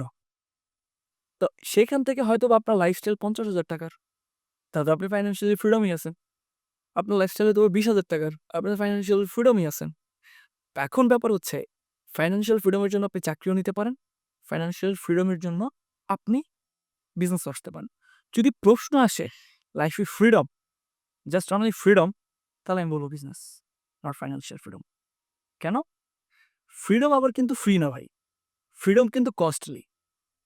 এবং আমি অনলাইনে বিভিন্ন জায়গায় টাকা পয়সা নিয়ে বিভিন্ন সময় কথাবার্তা বলি। এজন্য অনেক মানুষ ভাবে এত টাকা পয়সা নিয়ে কথাবার্তা বলার কি আছে? তো আপনি আমারে বলছেন যে আপনি আমাকে প্রশ্ন করবেন যে আসলে আ কত টাকা আসলে এনাফ টাকা? How much money is enough for you? এটার এক কথায় কোনো উত্তর নাই। আপনার জন্য হয়তোবা সেটা ১০,০০,০০০, আমার জন্য হয়তোবা সেটা ১,০০,০০০। আবার আপনার জন্য হয়তোবা সেটা ১০,০০,০০,০০০, আমার জন্য হইতে পারে সেটা আবার ১০০,০০,০০,০০০। আমি অ্যাজ এ বিজনেসকে চিন্তা করি একটা টুল। ফুল বিজনেসটি আমার কাছে একটা টুল, যেই টুলটা আমাকে আল্টিমেটলি লাইফে ফ্রিডম দেবে। আপনি কি ভাবতেছেন যে আমার যখন ইচ্ছা কাজ করব, যখন ইচ্ছা কাজ করব না? আমি চাইলেই দেশের বাইরে ট্যুর দিতে পারবো। এটা ফ্রিডম? না। ফ্রিডম আসলে সত্যি অর্থে কি জানেন? আপনি যেই জায়গাটা বা যেই সিচুয়েশনটাতে বদার ফিল করতেছেন, ওই সিচুয়েশনটা থেকে কি আপনি বের হয়ে আসতে পারতেছেন? তাইলে এটা ফ্রিডম। আজকে যদি আমার সকাল ৯ টায় এই পডকাস্ট স্টুডিওতে টাইম ফিক্সড করা ছিল এবং আমাকে সকাল ৯ টাতেই এই পডকাস্ট স্টুডিওতে আসতে হইছে, তার মানে এটা আমার জন্য ফ্রিডম না। আমার যদি ওই ক্যাপাসিটি থাকে, ওকে, আসতে হবে। বাট আমি যাবো কি যাবো না, এই ডিসিশনটা আমি নিবো। আল্টিমেটলি ওইটাই হচ্ছে ফ্রিডম। আমি দেশের বাইরে ঘুরতে গেলাম, অনেক টাকা খরচ করলাম, এটা ফ্রিডম না। ফ্রিডম তখনই যদি আপনার কাছে ওই এনাফ পরিমাণ মানি থাকে, যেই এনাফ পরিমাণ মানি, আমি যদি আরেকটু ভেঙে বলি, আপনার কাছে যদি সেই পরিমাণ টাকা থাকে, যেই পরিমাণ টাকা আপনার লাইফে যেকোনো অকাউট সিচুয়েশন থেকে আপনাকে বের করে নিয়ে আসতে পারে, I think it's enough money for it. ভাইয়া এখানে আমি হচ্ছে গিয়ে আমার একটা থট অনেকদিন ধরে মাথায় ঘুরতেছিল। সেটা হচ্ছে গিয়ে বাংলাদেশে আমরা একটা কমন জিনিস দেখি যেটা হচ্ছে গিয়ে ২ দিন পর, পর একটা না একটা কিছু ভাইরাল হয়। কয়েকদিন আগে আপনি দেখছেন কিনা জানি না মিজান মিয়ার একটা জিনিস ভাইরাল হইছে। মিজান মিয়া হচ্ছে গিয়ে গরুর মাংস দিয়ে ভাত-টাত দিয়ে খাওয়ায়। ওরা সবাই জানে মোটামুটি, ঠিক আছে? এরপর হচ্ছে গিয়ে আরেকজন হচ্ছে গিয়ে ছোট্ট একটা ছেলে আমাদের মতো বয়সী বা আমাদের থেকে একটু কম বয়সী এরকম হবে। সে হচ্ছে গিয়ে কেক বিক্রি করতে, করতে টুরিং। হ্যাঁ, ওই পুডিং বিক্রি করতেছে। হ্যাঁ, আমি জানি না আমি জাস্ট দেখছি। ২ দিন পর, পর একটা না একটা কিছু ভাইরাল হয়। বাট আমি একটা জিনিস দেখছি, ফ্র্যাঙ্কলি স্পিকিং অনেকের হয়তো মনে থাকতে পারে। মিজান মিয়ার আগে কোনটা ভাইরাল হয়েছিল ওটা আমার মনে নেই। আবার ২ দিন পর আরেকটা আসবে। এরপরে কি আগেরটা কি ছিল এটা আমার মনে নাই। বিভিন্ন বিজনেসম্যানরা আমি দেখতেছি বিভিন্ন কোম্পানিরা আসলে ওগুলো ওরকম কোম্পানি না আসলে বেসিক্যালি ছোটখাটো কোম্পানিরা তাদেরকে হায়ার করতেছে। তাদেরকে নিয়ে আসতেছে কোলাবোরেশন এর জন্য। হোয়াট ডু ইউ থিংক ভাইয়া একটা বিজনেসে এই জিনিসটা কিরকম ইমপ্যাক্ট পড়ে? কারণ আমি অনেক বড়, বড় বিজনেসকেও দেখি নাই যে তারা হচ্ছে এরকম যারা ভাইরাল হইছে এরকম মানুষজনকে নিয়ে আসছে, কোলাবোরেশন করছে। আমি ওই মানুষদের ধরেন ভুল ধরতেছি না। এটা আমাদের বাংলাদেশের প্রবলেম। আমরা ভাইরাল একটা জিনিস ভাইরাল ওইটা নিয়ে আমরা সারাদিন পড়ে থাকি ফেসবুকে। বিজনেসের মধ্যে ধরেন আমি আজকে এরকম একজন ভাইরাল হইছে তারে আমি নিয়ে আসলাম। নিয়ে আসি বললাম, "ভাইয়া তুমি আমার একটা ভিডিও করে দাও।" এই কতটুকু ওয়ার্থ ইট বলে মনে হয় আপনার? কারণ আমার তো মনে হয় না যে এগুলো তো মনে থাকবে বেশিদিন। It's depends on funnel. আমি কোন ফানেলে বা আমার বিজনেসের কোন স্ট্রাকচারে এই ভাইরাল পারসন বা এই ভাইরালিটিটাকে ঢুকাচ্ছি। যেমন আমরা যদি চিন্তা করি যে ভাইরাল একটা পিপলকে আনলে মানে কি? আপনার ভিডিও বা আপনার ওই সমসাময়িক তাগিদে যেটা করাচ্ছেন সেটা ভাইরাল হবে। এখন আপনি ভাইরাল হওয়ার পর যদি রিলেভেন্ট না থাকতে না পারেন মার্কেটে, তাহলে ওই ভাইরাল হওয়ার আপনার প্রয়োজন নেই। যদি এমন হয় আপনাকে মার্কেটে কেউ চিনে না বা মোটামুটি একটা মানুষ চিনে, ভাইরাল পারসন বা নিজেই এমন কিছু করলেন, যেটা করলে নিজে ভাইরাল হয়ে গেলেন। ভাইরাল হয়ে যাওয়ার পর আপনি অবভিয়াসলি একটা অডিয়েন্স পাবেন। অবভিয়াসলি একটা কাস্টমার একটা বেজ আপনার তৈরি হবে। এদেরকে যদি আপনি রিলেভেন্ট করতে পারেন, তাহলে আপনার বিজনেসে ওই ভ্যালিডিটিটা কাজে লাগানোর প্রয়োজন। অবশ্যই, কারণ কি এটার কিন্তু আবার একটা নেগেটিভ ইমপ্যাক্টও আছে। যদি আপনি প্রপার জায়গায় ওই প্রপার পারসনকে প্লেসমেন্ট করতে না পারেন, তাহলে কিন্তু আপনার বিজনেসের জন্য পজিটিভের এগেইনস্ট এ নেগেটিভই বেশি ইমপ্যাক্ট পড়বে। তো ওইজন্য আপনাকে আগে, আমি এটাকে নেগলেক্ট করতেছি না। এটা obviously একটা স্মার্ট মুভ। কিন্তু আপনাকে সেকেন্ড লেয়ারে ভাবতে হবে যে, আমি আমার বিজনেস ফানেলের বা বিজনেস লেয়ারের কোন কাজটার জন্য, কোন বিষয়টার জন্য এই ভাইরাল পারসন বা এই ভাইরাল টপিকটাকে নিয়ে আসবো এবং তারপর থেকে যে ভাইরাল পারসন বা ভাইরাল অডিয়েন্স গুলোকে আমি পাবো, সেগুলোকে কিভাবে রিলেটেবল রাখবো আমার বিজনেসের সাথে। এখানে একটা পয়েন্ট চলে আসে না? ধরেন মনে করেন আমি মানে আমার থট শেয়ার করতেছি। হয়তোবা আজকে আমি একটা বেটার এক্সপ্লেনেশন পাইতে পারি এটার।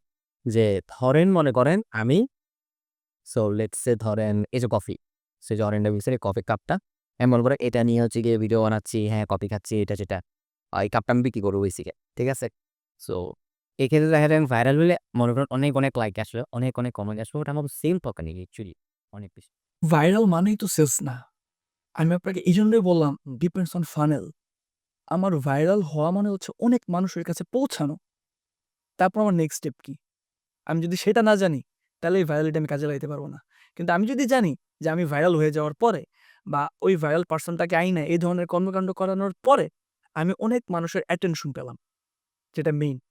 অ্যাটেনশন পাওয়ার পরে আমি ওই অ্যাটেনশনটা কিভাবে কাজে লাগাবো, এটা যদি আমি না জানি, তাহলে ওই virality that's the main point. কারণ এই জিনিসটা দেখেন এভাবে কাজ করে যে ধরেন নীল নাফিস ১ম যখন টুসেল পডকাস্টে আসছিল বা ধরেন মারবেন ওরটা আমি বাদ দিলাম। শারুখ ফার্দি ভাই। আপনি যখন ১ম টুসেল পডকাস্টে আসছে, এরপরে ধরেন আমি আপনাকে ওখানে চিনছি। সো এখানে আপনাকে মনে করেন অনেক ভালো লাগছে আমার বা অনেক মানুষ যারা চিনছে সবার পার্সপেক্টিভ আমি জানি না। ওইখানের পরের দিকে যদি মনে করেন আপনাকে অনলাইনে আর দেখা না যাইতো, তারা যাচ্ছেও না। আপনি যদি ভিডিও না বানাইতেন, তাইলে মনে করেন আমি হয়তো ২ দিন পর আপনারটা চিন্তাও না। আমার মনে কি দেখছি, ভুলে গেছি, শেষ নাই, জানি না। বাট আপনি কনটেন্ট বানাই গেছেন, আপনি হইতেছি বিভিন্ন জায়গায় বিভিন্ন ইভেন্ট করছেন, এই করছেন, সেই করছেন, করছেন অনেক কিছু বেসিক্যালি। তো এইটা আমার মনে হয় আপনি অ্যাটেনশনটা ধরে রাখার চেষ্টা করছেন, ট্রাই করছেন। আমি ভবিষ্যতে কনটেন্ট বানাবো এবং এটারে কন্টিনিউ প্রসেসে নিবো দেখেই তো আমার পডকাস্টে আসা। রাইট। আমি পডকাস্টে আসছি, তারপরে ফেম পেয়েছি, তারপরে কনটেন্ট বানাইছি, ব্যাপারটা এরকম না। আমি জানতাম আমার নেক্সট লেয়ারে আমি কি করব, দ্যাটস ওয়াই পডকাস্টে আসা। এবং আমার স্ট্রাকচার বা পডকাস্ট যারা দেখছে বা দেখবে, ওই স্ট্রাকচারই সব কথাবার্তা বলা। এবং ওই পডকাস্টে আমি বলেও গেছিলাম যে, পডকাস্ট যারা দেখবে তাদের সবার নিউজ ফিডে আমি আমার অ্যাড পাঠাবো। আপনি মানে আমি এই জিনিসটা শুনে অবাক হই মাঝে, মাঝে। সবাই চিন্তা করে যে Facebook এডই হচ্ছে সবকিছু। আমার পুরা ব্যবসা চলতেছে Facebook এডের উপরে। Facebook এড ছাড়া আমার কিছুই হবে না। কিন্তু আমাদের এক ভাই ব্রাদার ড্রিম সাইকেল বুঝছেন? ফয়সাল ভাই ওইটা উনারা চালায় বেসিক্যালি। ওইটার সাথে অনেকে শেয়ার-টেয়ার আছে। আমি শুনলাম ভাই ৫ বছরের আগে তারা মাত্র ৳৫,০০০ এড রান করছে। পার মান্থ ওদের ৳৫০,০০০-৬০,০০০ সেল হয়। হুম, তাহলে এইটা কিভাবে ভাইয়া? অর্গানাইজ করতেন। অর্গানিক কনটেন্ট কিন্তু এটা তো মানুষ বুঝতেছে না। মানুষ চিন্তা করতেছে অর্গানিক কনটেন্ট তো ভাই আমিও দিচ্ছি। তাহলে আমার কেন হচ্ছে না? ওর কেন হচ্ছে? এবং এই জিনিসটা আপনি খেয়াল করবেন খুবই কম বাংলাদেশে। ধরেন 100% এর ভিতরে হয়তোবা 5-4% মানুষ আছে যারা হচ্ছে এরকম করতেছে জিনিসটা। এই যে তার মধ্যে হয়তোবা ঘরে বাজারে যে উনি আছে, ফয়সাল ভাই আছে, এরকম আপনি অনেকে আছে। বাট কেন সবাই পারতেছে না এই জিনিসটা? এটা কিভাবে মানুষ কাজে লাগাইতে পারে? আসলে এখানে আবার একটা সেম কথায় চলে আসে, একটা স্ট্রাকচার। আমি কি স্ট্রাকচার করব? আমি আমার পার্সোনাল ব্র্যান্ড বিল্ড করব। দেন আমার আসলে কি করা? আমি কোন পারপাসে করব? যেমন আমি বিক্রি করতেছি এক ধরনের প্রোডাক্ট। আমি এবার কনটেন্ট বানাচ্ছি আরেক ধরনের। এখানে একটা মিসম্যাচ হয়। লাইক আমি কি করতেছি? আমি মানুষকে মার্কেটিং বিজনেস যে আমার কোর্স বিজনেস আছে, এজেন্সি বিজনেস আছে, বিভিন্ন জায়গার বিজনেস আছে। সবগুলো কাদের জন্য? উদ্যোক্তাদের জন্য। কিন্তু আমি চিন্তা করতেছি যে আমার তো বেশি ভিউজ দরকার, বেশি ফলোয়ার দরকার। আমি এখন অর্গানিক কনটেন্ট বানানো শুরু করছি হচ্ছে ফানি ভিডিও, এন্টারটেইনমেন্ট ভিডিও। আমি মানুষের awkward ইন্টারভিউ কোয়েশ্চেন আস্ক করতেছি রাস্তায় যেয়ে। আমি ভাইরাল হচ্ছি, অনেক বেশি ভিউজ পাচ্ছি, অর্গানিক অনেক রিচ। বাট আমার অডিয়েন্সের জন্য তো আমার প্রোডাক্ট না। সো অর্গানিক রিচ পেতে গেলেও, ওই পরিমাণ ভিউজ আনতে গেলেও আপনার প্রোডাক্ট ওরিয়েন্টেড কাজ করবো এবং প্রোডাক্ট ওরিয়েন্টেড কনটেন্ট থাকতে হয়। র‍্যান্ডম কনটেন্ট বা অনেক ভিউজ, তাহলে আসলে জিনিসটা হবে না। আর অর্গানিক ভিউজ যদি আপনার ভালো থাকে, আপনার তো পেইড অ্যাডস এর প্রয়োজন নাই। আমি আগেও বললাম, পেইড অ্যাডস কিন্তু এমন কোনো জাদুমন্ত্র না যেটা আপনার সেলস এনে দিবে। আপনার পেইড অ্যাডস কি? আপনার যে কনটেন্টটা অর্গানিক ২,০০০ মানুষ দেখে ২০ জন কিনছে, অ্যাড ক্যাম্পেইন করে এখন ২,০০,০০০ মানুষ দেখাবেন, ২,০০০ মানুষ কিনবে। খুব সিম্পল ক্যালকুলেশন। বাট আমরা ভাইবেই নিতেছি যে Facebook অ্যাডস এমন একটা জিনিস, খুব জাদুমন্ত্র, এখানে এই দিক দিয়ে ৳১,০০০ দিব, ওই দিক দিয়ে ৳৫,০০০ বের হবে। এটা তো আসলে এভাবে কাজ করবে না। রাইট। সবাই এভাবে যে হচ্ছে গিয়ে আমি Facebook এড চালাবো। তারপর হচ্ছে গিয়ে আমি যে জাস্ট এসে বলব যে, "ভাই আমার এই কাপটা নাও। ভাই এই করো।" তারপর আমি অফার দিচ্ছি। That's it. আজকে আজকে কিনলেই 30% ডিসকাউন্ট। আজকে কিনলে 30% ডিসকাউন্ট। তারপরও আমার এরকম অনেক ক্লায়েন্ট আছে যাদেরকে আমি বুঝাইতে পারি না। মানে মানে এটা বোঝানোই খুব মুশকিল হয়ে যায় আমার কাছে। তারা বলে, "তোমার $১০০ লাগবে, তুমি $১০০ নাও না, আমার সমস্যা নাই তো।" তাকে বোঝাইতে পারে যে ভাইয়া কনটেন্ট যে কতটা গুরুত্বপূর্ণ। সে শুধু এটাই বুঝে যে এইভাবেই সেল হবে তার। সো ইটস ভেরি ডিফিকাল্ট বাংলাদেশের মানুষ। এই ধরনের মিসকমিউনিকেশন বা আসলে আমরা নিজেরাই নিজেদের স্বার্থে এই ধরনের ইনফরমেশন বা তথ্য মার্কেটে দিয়ে রাখছি। সো আসলে তারা ওই ধরনের কনটেন্ট কনজিউম করছে। হুম, রাইট। আচ্ছা ভাইয়া, ধরেন একজন যে কলেজে পড়তেছে, যে ভার্সিটিতে পড়তেছে, স্টুডেন্ট লাইফ আপনার কি মনে হয় এই মুহূর্তে আসলে খুব বেশি ডিফিকাল্ট হয়ে গেছে সবকিছু? একটা সময় ছিল যখন হচ্ছে গিয়ে আপনি, তারপর হচ্ছে ইন্ডাস্ট্রিতে আরো কয়েকজন ছিল, খালিদ ভাই বলেন, নাথসাল বলেন, সবাই ওপেন স্কিল নিয়ে কথা বলতো। কিংবা সবাই স্কিল শিখো, ওই স্কিল শিখো, ভালো। এখন সবাই একটু যখনই কাউকে আস্ক করি বা মোটামুটি সবাই আমার কমেন্টে জিজ্ঞেস করে, "ভাই এখন কি স্কিল শিখলে ভালো হয়? কি স্কিলটা শিখা উচিত?" আমি নিজেও এটা অ্যান্সার দিতে পারি। এখন উনি নিজেই আনসার দিতে পারতেছে না যাকে আমি আনছি। উনি বলতেছে যে, "ভাই কালকে কি হবে আমি জানি না।" আমার নিজেরই ঠিক নেই। আমি যেটা করতেছি ওইটাই কবে শেষ হয়ে যাবে। সো কালকে তোমার জন্য কি হয়েছে জানো? Facebook অ্যাডস এত বেশি মনে করেন AI এর উপরে ডিপেন্ডেন্ট হয়েছে, অনেক কিছু চেঞ্জ হয়ে গেছে।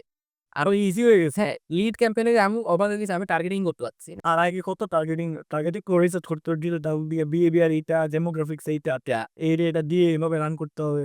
আমি তো মনে করেন Facebook আইডি যখন লিডের ইয়াতে ঢুকছি, সো কি করা লাগে জানেন? ধরেন মনে করেন ১৫ দিন ধরেন ১ম দিন চালাচ্ছি। ১০০-২০০ মনে করেন ফালতু লিড আসতেছে। সো Facebook এ বোঝাচ্ছি not qualified, not qualified, not qualified. এভাবে আস্তে, আস্তে পরের দিন একটু ভালো আসতেছে, একটু ভালো আসতেছে। এগুলো আস্তে, আস্তে লস হচ্ছে আমার এর টাকা। বাট আস্তে, আস্তে ইমপ্রুভমেন্ট হচ্ছে। মানে একটা পর্যায়ে যে আসলে অনেক ভালো ইমপ্রুভমেন্ট হচ্ছে। তখন যে আমার ওই যে লসটা হইছে ওইটা আমার গায়ে লাগতেছে না। অ্যান্ড ব্যাপারটা হচ্ছে গিয়ে যে আপনার কি কখনো মনে হয় যে কখন আর আমাদের ডিজিটাল মার্কেটার দরকার হবে না। কারণ এত বেশি AI এর উপর ডিপেন্ডেন্ট হয়ে যাবে, সবকিছু রিপ্লেস হয়ে যাবে। না, আমার আসলে কখনো এরকম মনে হয় না। কেন মনে হয় না? কারণ আমি আবারও যদি ঘুরে ফিরে আসি, মার্কেটিং ইকুয়াল টু সাইকোলজি। এখনো পর্যন্ত এআই ওই সাইকোলজিটা ক্র্যাক করতে পারে নাই, বা বিশেষ করে যদি বাংলাদেশের পার্সপেক্টিভে আসি, যে কি ধরনের সাইকোলজি আপনার নিজে প্রম্পট দিতে হচ্ছে। দেন ChatGPT বা কোনো একটা এআই হয়তোবা আপনাকে ওই অনুযায়ী দিতে পারতেছে। বাট এআই এখনো ওই হিউম্যান টাচ, হিউম্যানের যে রিয়াল লাইফের যে ডিজায়ারটা, ওই জায়গাতে এখনো হিট করতে পারতেছে না। দেখেন, মার্কেটিং ইজ মার্কেটিং। আগে ছিল ট্রেডিশনাল, এখন হচ্ছে ডিজিটাল। ডিজিটালে ফেসবুক অ্যাড, সাথে, সাথে টিকটক অ্যাড এখন বাংলাদেশের জন্য চালু হইছে। খুব বেশি পপুলার হচ্ছে। টিকটকে যারা ক্যাম্পেইন করতেছে ভালো সেলস পাচ্ছে। সো আল্টিমেটলি তো দিন শেষে আপনি মানুষকে কি দিতে চান? আপনার যে প্রোডাক্ট, এই প্রোডাক্টটা মানুষকে কি সলভ করবে? কোন অ্যাঙ্গেলে নিউরো মার্কেটিং করলে আপনার কাস্টমারের মাইন্ডে বা কাস্টমারের মনে আপনার ব্র্যান্ড বা আপনার প্রোডাক্ট সম্পর্কে একটা খুব পজিটিভ ইমপ্যাক্ট আসবে। সে কেনার জন্য খুব বেশি, যেমন যদি অ্যালেক্স ফার্মুজের কথা বলি, ট্রান্সফার্ম অফার। এমন অফার মেক করতে হবে যে কাস্টমারটা মানে কোনোভাবেই আসলে রিফিউজ করতে পারে না। সো এই পার্সপেক্টিভ গুলো যদি আপনি আনতে পারেন, এইগুলো এখনই আসলে এআই এর জন্য রিপ্লেসেবল না। আর বাংলাদেশের পার্সপেক্টিভ এ তো আরেকটু সময় লাগবে। কারণ বাংলাদেশকে মানে একটা মানুষের সাথে চলে আপনি তার মন মাইন্ড বুঝতে পারতেছেন না, আপনার ফ্রেন্ডের। সো আর এআই এসে বাংলাদেশের মানুষের মন মাইন্ড বোঝাটা একটু টাফ। বাট হ্যাঁ, হয়তোবা একসময় হইতে পারে। বাট আমি এখন এরকম কিছু দেখতেছি না যে খুব দ্রুতই মার্কেটিং এর জায়গাটাকে এআই রিপ্লেস করে ফেলবে। হয়তোবা টুলস রিপ্লেস করবে। যেমন টার্গেটিং করতে হচ্ছে না। কয়দিন পর হয়তোবা এআই ফেসবুকের ভিতরে এড কপি লিখতে হবে না। হেডলাইন সাজেস্ট করে দিবে, এই হেডলাইন দাও, স্ক্রিপ্টিং ও দিয়ে দিবে, এভাবে করতে পারো। বাট আল্টিমেটলি যে কোর জায়গাটা, একদম মেইন কোর, মানুষের প্রবলেম সলভিং এর জায়গাটা এজ এ মার্কেটার হিসেবে যদি আপনি করতে পারেন, তাহলে হয়তোবা আগামী বছর আপনি রিপ্লেস হচ্ছেন না। বাট পরের বছর কোনো গ্যারান্টি নেই। এটা আসলে এই গ্যারান্টি দেওয়া খুবই কঠিন। এটা কেউই বলতে পারবে না যে আগামী ২ বছর পর এই স্কিল শিখলে খুব বেশি ভালো করা যাবে। বাট ওই যে ক্রিটিক্যাল থিংকিং, প্রবলেম সলভিং, এগুলো বেসিক স্কিল। এগুলো এখনো লাগবে, আগামীতেও লাগবে। ওইগুলো আসলে শিখতে পারলে, বা কমিউনিকেশন স্কিল, এই জায়গাগুলোতে যদি আপনি দক্ষ হইতে পারেন, তাহলে হয়তোবা মার্কেটাতে আপনি রিলেভেন্ট থাকবেন। কি স্কিল শিখলে আপনার মনে হচ্ছে ভালো হচ্ছে? ধরেন মনে করেন কলেজে পড়তেছে, ভার্সিটিতে পড়তেছে একজন স্টুডেন্ট। সে কি স্কিল এই মুহূর্তে শিখতে পারে? বেশিরভাগ মানুষই আমি দেখছি আপনার আমি আপনার কমেন্টও দিচ্ছি। অনেকে জিজ্ঞেস করতেছে, "ভাই কি স্কিল শিখা যায়? সাজেস্ট করেন।" কি মনে হয় কি স্কিল শিখলে ভালো? দেখো, স্কিল তো আসলে ২ প্রকার। এখন একটা হচ্ছে হার্ড স্কিল, একটা হচ্ছে সফট স্কিল। আপনি কোনটার কথা বলতেছেন? So let's say hard skill. যদি হার্ড স্কিল বলেন, তাহলে এই মুহূর্তের জন্য বেস্ট হচ্ছে প্রম্পট ইঞ্জিনিয়ারিং বা এআই এর উপর বেস করে যে কিছু হচ্ছে সেটা। এখন যদি আপনি লোগো ডিজাইন শিখতে চান, তাহলে আমি বলব অলরেডি অনেক বেশি স্যাচুরেটেড মার্কেট ছিল। এই মুহূর্তে এখানে না যাওয়াই ভালো। বাট আপনি যদি প্রম্পট ইঞ্জিনিয়ারিং শিখতে চান, হ্যাঁ, এইটা আপনার জন্য ভালো হতে পারে। আমি সিউর দিয়ে বলা কঠিন যে এটাই ভালো হবে। তবে যদি আপনি সফট স্কিলের জায়গায় আসেন, আমি বলব যে সবার টপ প্রায়োরিটিতে থাকবে হচ্ছে কমিউনিকেশন স্কিল। কারণ এই কমিউনিকেশন স্কিল আপনার মার্কেটিং এ কাজে লাগবে।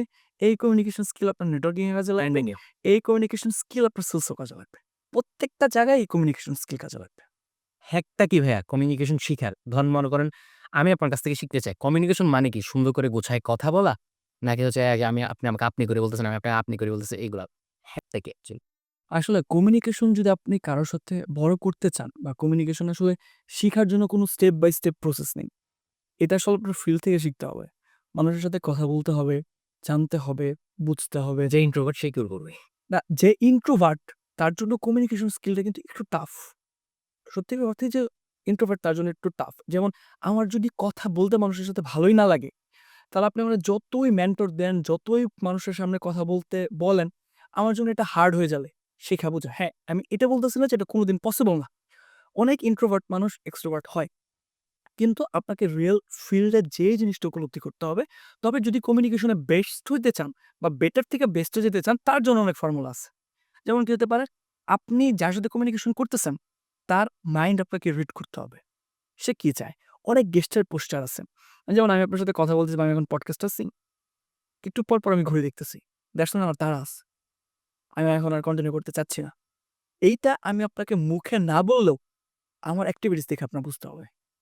এটাও কমিউনিকেশনের একটা পার্ট।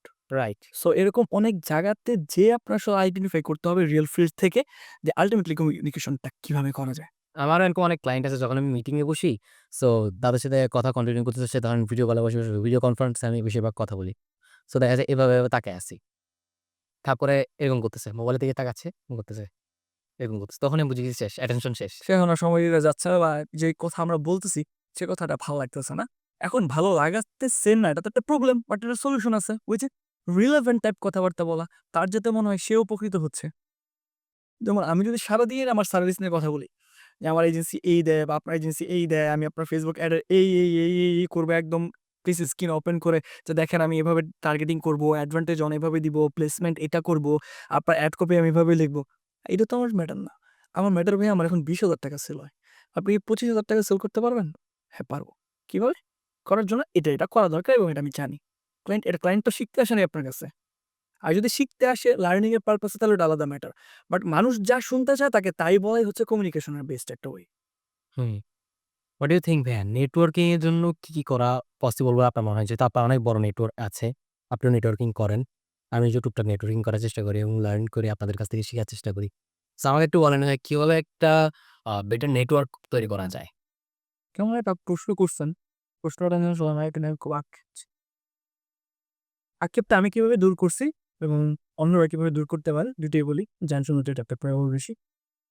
আমি যখন ২০২০-২১ এর দিকে কনটেন্ট বানাই, তখন আসলে আমার একটু আফসোস ছিল যে এই ইন্ডাস্ট্রির মানুষজন আমাকে চিনে না বা এই ইন্ডাস্ট্রির মানুষের সাথে আমার একটা নেটওয়ার্ক করা দরকার বা এভাবে করা দরকার। বা ঢাকায় থাকতে যে একটা নেটওয়ার্ক বেস হয়, ঢাকা বাইরে থেকে বিলং করতেছি।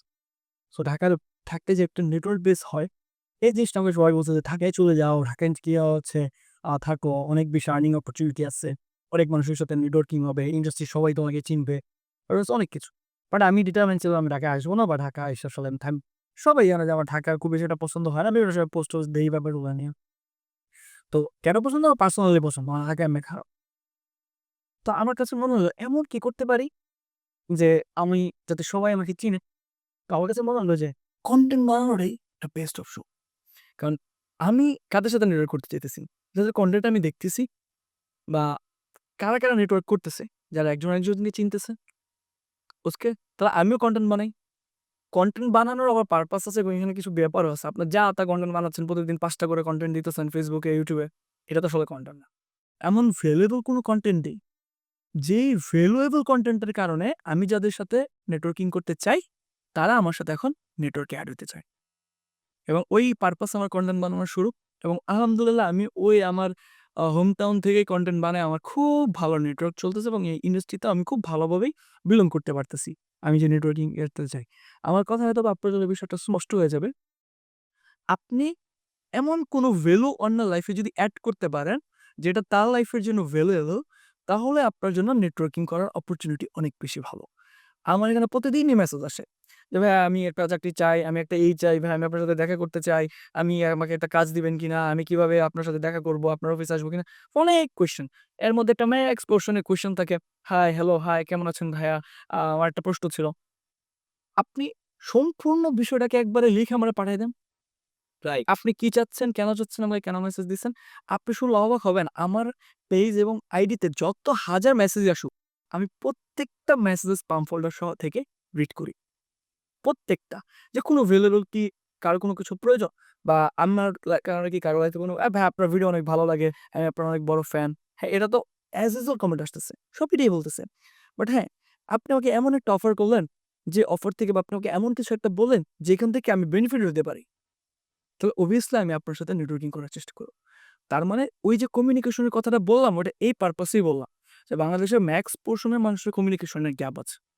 সো কমিউনিকেশনটা যদি আপনি সুন্দরভাবে ঠিক করতে পারেন এবং আপনি যার সাথে নেটওয়ার্কিং করতে চাচ্ছেন, আপনার মাধ্যমে যদি তার লাইফে কোনো ভ্যালু এড হয়, তাহলে আপনার জন্য তার সাথে নেটওয়ার্কিং করাটা ইজি। না রাইট। আমাকে এরকম অনেক মানুষ হচ্ছে কি ধরেন মেসেজ করে সো আমি তো পডকাস্ট করতেছি। পডকাস্ট করতেছি। সো থাম্বনেইল এর জন্য বলেন, এডিটিং এর জন্য বলেন। সো ফার্স্ট এ তারা হইতেছে গিয়ে মানে মজার বিষয় হচ্ছে মেইল করে, বুঝছেন ভাইয়া? সো মেইল করার সময় পুরো সাবজেক্ট লাইনেই পুরা লেখাটা লেখা। লেখা থাকে। এখন আমি তো মনে করেন পড়তেই পারতেছি না কি লিখছে সাবজেক্ট লাইনেও। আমি যে একটু ইন্টারেস্ট হয়ে দেখবো সেটাই পারতেছি না। তো শেষে সিভিতে লেখা সে মাস্টার্স পাস, সে হচ্ছে গিয়ে অনার্স পাস। তো আমি চিন্তা করতেছিলাম কিভাবে ভাইয়া তুমি মাস্টার্স পাসটা করলা? মানে আমি তো অনেক ছোট মানুষ। অন্তত আমিও জানি যে কিভাবে একটা মেইল লিখতে হয়। মানে জিপিটির কাছে গেলে এটা আরো ইজি। তারপর আমরা মোটামুটি পড়ালেখা করছি আমরা জানি। একটু, একটু হইলেও তো জানি। তো সে পুরা সাবজেক্ট লাইনে লিখে দিছে ভাইয়া। কেউ WhatsApp মেসেজ করবে, আসি বলবে, "hi, hello, how are you?" সে এক্সপেক্ট করে হচ্ছে গিয়ে আমি মানে তাকে রিপ্লাই করি। তারপর কেমন আছেন? হ্যালো, ভালো আছি। প্লাস ভাই আপনার বাসায় সবাই কেমন আছে? সবাই ভালো আছে। সে এই মানে স্টেপ বাই স্টেপ এর দিকে যেতে চায়। আবার দেখেন যারা হচ্ছে স্মার্ট টাইপের পিপল তারা কি করে জানেন ভাইয়া? তারা হচ্ছে গিয়ে ধরেন আমার থাম্বনেল লাগবে। হ্যাঁ, আমার তো মনে করেন থাম্বনেল অলরেডি পডকাস্টে অনেকগুলো আছে।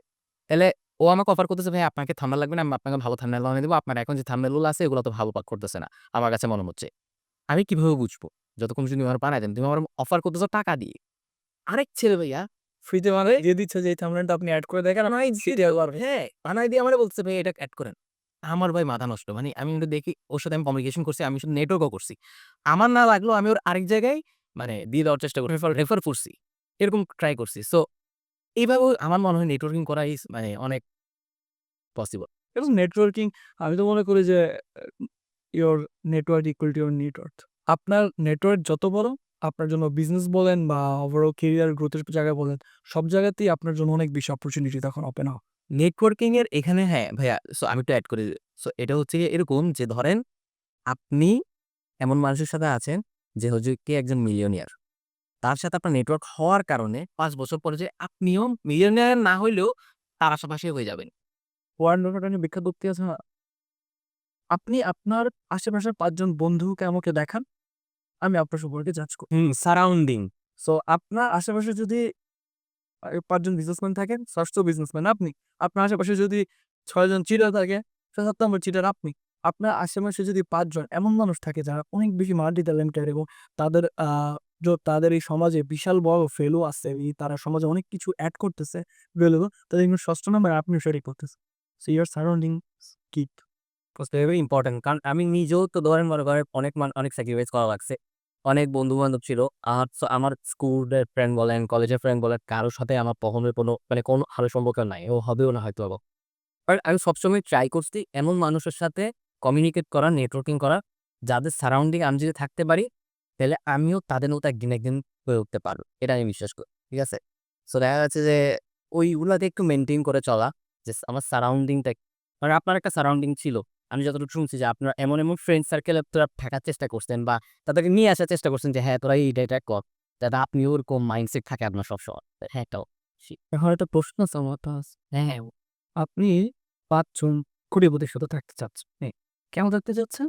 কারণ আপনি ৬ষ্ঠ নম্বর কোটিপতি হন বা হবেন। তো ৫ জন কোটিপতি যে আপনাকে সাথে রাখবে তার জন্য। তার কি লাভ? This is very, very important. কারণ হচ্ছে আমি তাকে কি ভ্যালু দিচ্ছি? ওইটা মানে ইম্পোর্টেন্ট হচ্ছে। সো ধরেন নরবার এখন লেটস সে আপনি ধরেন আপনি হচ্ছে এমনি একটা Facebook অ্যাড এক্সপার্ট। ধরে নিলাম। আপনি হচ্ছে কি ইন্ডাস্ট্রিতে অনেক কথাবার্তা বলতেছেন, আপনার অনেক উপকার প্রতিভা এরকম কিছু। ঠিক আছে? আপনার সাথে আমার ফার্স্ট নেটওয়ার্কিং নেটওয়ার্কিং করলে তো আমার লাভ আছে। বাট আপনার কি লাভ? যেহেতু আপনি একজন Facebook অ্যাড এক্সপার্ট, এই মুহূর্তে আমাকে একটু চিন্তা করতে হবে বসে, ইনার সাথে আমি ফার্স্ট কনট্যাক্ট আমি জীবনে হাই হ্যালো করে আমি জীবনে যাব না। আমার অপরচুনিটিস তারপর আমি যাব। ইনি আমার ফ্রেন্ড লিস্টে আছে তারপর আমি যাব না। আমি চেষ্টা করব যে ১ম বারে তার সাথে আমি টাচে কিভাবে যেতে পারি? কি নিয়ে যেতে পারি? যেটা কারণে সে রেসপন্স করতে পারে। এখন আমার কাছে দেখা যায় স্পেশাল পডকাস্ট। সবাই তখন পডকাস্ট করে না। সো দেখা যাচ্ছে আপনি Facebook অ্যাড নিয়ে কাজ করতেছেন। Facebook অ্যাডে কি এমন আপডেট আসছে, কি এমন হচ্ছে যে যেটা যদি আমি আপনাকে হেল্প করতে পারি। সাপোজ যে জবের জন্য চাচ্ছে। আমি যদি আমার এটা অপরচুনিটি থাকতো যে তার সাথে আ কমিউনিকেশন করে টরে তার সাথে হচ্ছে আমি নেটওয়ার্কিং বিল্ড করার চেষ্টা করছি। বাইরের দেশে যে জিনিসটা সবচাইতে বেশি হয় মনে করেন ধরেন এজেন্সি লাইফে ধরেন বাইরের দেশে যে জিনিসটা আমি দেখছি কম বেশি। সেটা হচ্ছে গিয়ে তাদেরকে ধরেন বই অফার করা, বই গিফট করা, ঠিক আছে? বুকস দেওয়া। এভাবে একটা ভালো নেটওয়ার্কিং এর অপরচুনিটি থাকে। এখন মনে করেন আমি আপনার স্টোরি টেলিং বইটা পড়ছি। স্টোরি টেলিং বইটা পড়ে আমি যদি মনে করেন বসে, বসে একটা ভিডিও বানাই। স্টোরি টেলিং বই থেকে আজকে আমি বলব আপনাদেরকে যে আমি কি, কি পয়েন্ট শিখছি এবং আপনাদের সাথে শেয়ার করব। এই ভিডিওটা মানে আমি আপলোড দিলাম। এরপরে এটা অনেক ভালো গেল বা ভালো নাও গেল। আপনি ওটা শেয়ার করুন। আমি খুব প্রিটি মাচ সিউর অথবা আপনার কোনো গ্রুপে আপনি শেয়ার ওটা আমি আমার নিজের লাভের জন্যই করি। হ্যাঁ, এবং এরপরে এভাবে আস্তে, আস্তে যে আপনার সাথে আমার নেটওয়ার্কিংটা হবে। আস্তে, আস্তে এরপর একটু নিজেকে একটু স্মার্ট হতে হবে যে কিভাবে আমি আপনাকে ভ্যালু দিতে পারি। আপনাকে যত বেশি আমি ভ্যালু দিতে পারবো, তত বেশি আপনার কাছ থেকে আমি রেসপন্স পাবো। সো এই জিনিসগুলো আমার মনে হয় ওয়ার্ক করে অনেক বেশি। কারণ কারণ এই যে এগুলো আসলে বাংলাদেশের প্রত্যেকটা জায়গাতেই যারা হচ্ছে ইন্ডাস্ট্রিতে আসতে যাচ্ছে, যেকোনো ক্যারিয়ারের যেকোনো পাথই, এগুলো আসলে তাদের খুব স্ট্রিক্টলি মেইনটেইন করে চলা উচিত। ভাইয়া বাংলাদেশে ব্যবসা করার জন্য সবচেয়ে কঠিন জিনিস কি বলে আপনার মনে হচ্ছে এই মুহূর্তে? এটা হচ্ছে আপনার আশেপাশের পরিবেশ। যেমন? যেমন একটা গল্প বলি, রূপক গল্প। সেটা হচ্ছে যে একটা লোক সে বিদেশে ভিজিট করতে গেছে। সেখানে অনেকগুলো ড্রাম আছে। প্রত্যেকটা ড্রামের মধ্যেই হচ্ছে আটকানো এবং প্রত্যেকটা ড্রামের ভিতরে হচ্ছে কাঁকড়া। তো সে সবগুলো দেখতেছে অস্ট্রেলিয়ার ড্রাম, কানাডার ড্রাম, ইউএস এর ড্রাম। হঠাৎ আসতে দেখলো সে একটা ড্রামের উপরে কোনো ঢাকনা নাই। তো সে প্রশ্ন করল যে, "আচ্ছা এই ড্রামের উপর ঢাকনা নাই, এখান থেকে কি কাঁকড়াগুলো বের হয়ে যায় না?" পরে সে বলল, "এগুলো সব বাংলাদেশী কাঁকড়া। এখান থেকে একটা বের হইতে চাইলে বাকিরা তারা টাইনা নিচে ধরো।" সো বাংলাদেশে আপনি ব্যবসা করতে গেলে এই জিনিসটা অনেক আপনি ফেস করতে হবে। আমি ২ টা জিনিস বিশ্বাস করি। I think এটা ফানি হয়ে যাবে। যে ব্যক্তি বাংলাদেশে ব্যবসা করতে পারে আর যে ব্যক্তি বাংলাদেশে গাড়ি চালাইতে পারে, সে পৃথিবীর সব জায়গায় ব্যবসা করতে পারবে, সে পৃথিবীর যেকোনো রাস্তায় গাড়ি চালাতে পারবে। কারণ এখানে আপনি যতই ভালো থাকতে চাইবেন, আপনার আশেপাশের জায়গা তত ধরনের নেগেটিভিটি আপনাকে দিবে। লাইক এমনও আমি বিজনেস পার্সপেক্টিভ এ আমার লাইফে আমি দেখছি, তার নিজের ক্ষতি হবে ৳১,০০,০০০ তাও সে চাচ্ছে আমার যাতে ৳২,০০,০০০ ক্ষতি হয়। সো এই জিনিসটা কভার করতে পারলে বা আমরা যদি ওই মন মানসিকতা মেইনটেইন করতাম যে আমরা অন্যকেও আরো বড় করব বা অন্যকে হেল্প করব, অন্যকে সহযোগিতা করব, তাহলে হয়তোবা আমাদের জন্য ব্যবসা করা বা বাংলাদেশের ব্যবসায়িক পরিবেশটা আরো বেশি সুন্দর হতো। এটা আপনি সব দিক থেকে নিতে পারেন। পলিটিক্যাল, পারিবারিক, সামাজিক, সোসাইটি, নিজস্ব, কম্পিটিটর, অন্য সব দিক থেকে। এটা আপনাকে এমন অনেকেই চাইতো হয়তোবা যে আপনি কখনো যাতে গ্রো না করেন, কখনো যাতে সাকসেসফুল না হন। বাট এখন অনেকে দেখবেন আসলে এটা আমাদের বাংলাদেশের মেন্টালিটি। কালচারটাই এমন যে অমুক বড় হচ্ছে, ওকে আমরা ছোট করে দেখি। বা আমরা চাই না ও বড় হোক। আমাদের কিন্তু এই অপরচুনিটি থাকবে যে আমরা সে যেহেতু বড় হচ্ছে, তার মানে এটা হচ্ছে আমার জন্য একটা সিগনাল যে বাংলাদেশে এরকম বড় হওয়া যায়। আমিও একটু চেষ্টা করি বাংলাদেশে এই পর্যায়ে যাওয়ার জন্য। বাট আমরা এটা চেষ্টা না করে আমরা চেষ্টা করি কিভাবে তাকে দমায়ে রাখা যায়। ভাই আমি আসলে একটা জিনিস দেখছি কি ব্যবসায়ীরা অনেক বেশি ব্যস্ত থাকে। তারা আসলে সারাদিন অনেক খাটাখাটনি করে। ঠিক আছে? ২৪ ঘন্টা ধরেন খাটাখাটনি করে। এত কিছুর পরেও মানে ধরেন তাদের অত একটা রেভিনিউ জেনারেট হচ্ছে না। আপনার কি মনে হয় কখন একটা টিম হায়ার করা উচিত? আচ্ছা, ১ম এ আসলে একটা জায়গা আসতে হবে যে আমরা যেহেতু ২৪ ঘন্টা একটা বললাম, কাজ করার মন মানসিকতা থাকলে আসলে আপনি উদ্যোক্তা হন। কিন্তু তাই বলে কি আপনি সারা জীবন ২৪ ঘন্টা কাজ করে যাবেন? কখনো আসলে এটা তো আসলে একটা উদ্যোক্তা বা একজন বিজনেসম্যানের লাইফ হতে পারে না। আমরা ৯টা থেকে ৫টার লুপ হোল থেকে বের হয়ে আসতে চাই। এসে আমরা ২৪ ঘন্টার লুপ হোলে পড়ি এবং আমরা সারাটা জীবনে লুপ হোলের মধ্যেই আটকে থাকি। তার কারণ ২ টা। একটা হচ্ছে আমাদের যে একটা সিস্টেম দরকার, এই জিনিসটা আমরা জানি না এবং যদি দরকার হয়, তাহলে সিস্টেমটা কিভাবে বানাইতে হয়, ওইটা আমরা জানি না। এখন আপনি এজ এ উদ্যোক্তা বা আপনি এজ এ বিজনেসম্যান, একটা পোরশনে আপনি সবকিছুই করবেন। কিন্তু তারপর কিন্তু আপনার লাইফ টাইম ধরে কাজ এইটা না যে আপনি আপনার বিজনেসে সব জায়গায় ফাংশন করবেন। শুরুতে হয়তোবা আপনি সেলসেও কাজ করছেন। তারপর হয়তোবা আপনি এইচআরও কাজ করছেন। তারপর আপনি অ্যাডও দিছেন নিজে, কনটেন্ট শুট করছেন নিজে, এডিটিংও করছেন নিজে। আপনার এখন বাজেট কম। এই মুহূর্তে আপনার সবই করতে হবে। এই সবকিছু করতে যেয়ে আপনি তখন অনেক বেশি ব্যস্ত হয়ে যাবেন। দ্যাটস কল আপনি তখন বিজনেসম্যান না হয়ে বিজি ম্যান হয়ে যাবেন। কিন্তু এই জায়গাটা থেকে আপনাকে বের করে নিয়ে আসতে পারে আপনার একটা প্রপার টিম। এখন এই টিম মানেই কিন্তু সিস্টেম। সিস্টেম বলতে আমরা সবসময় ভাবি যে একটা সফটওয়্যার বানায় ফেললাম, একটা অটোমেশন টুলস বানায় ফেললাম।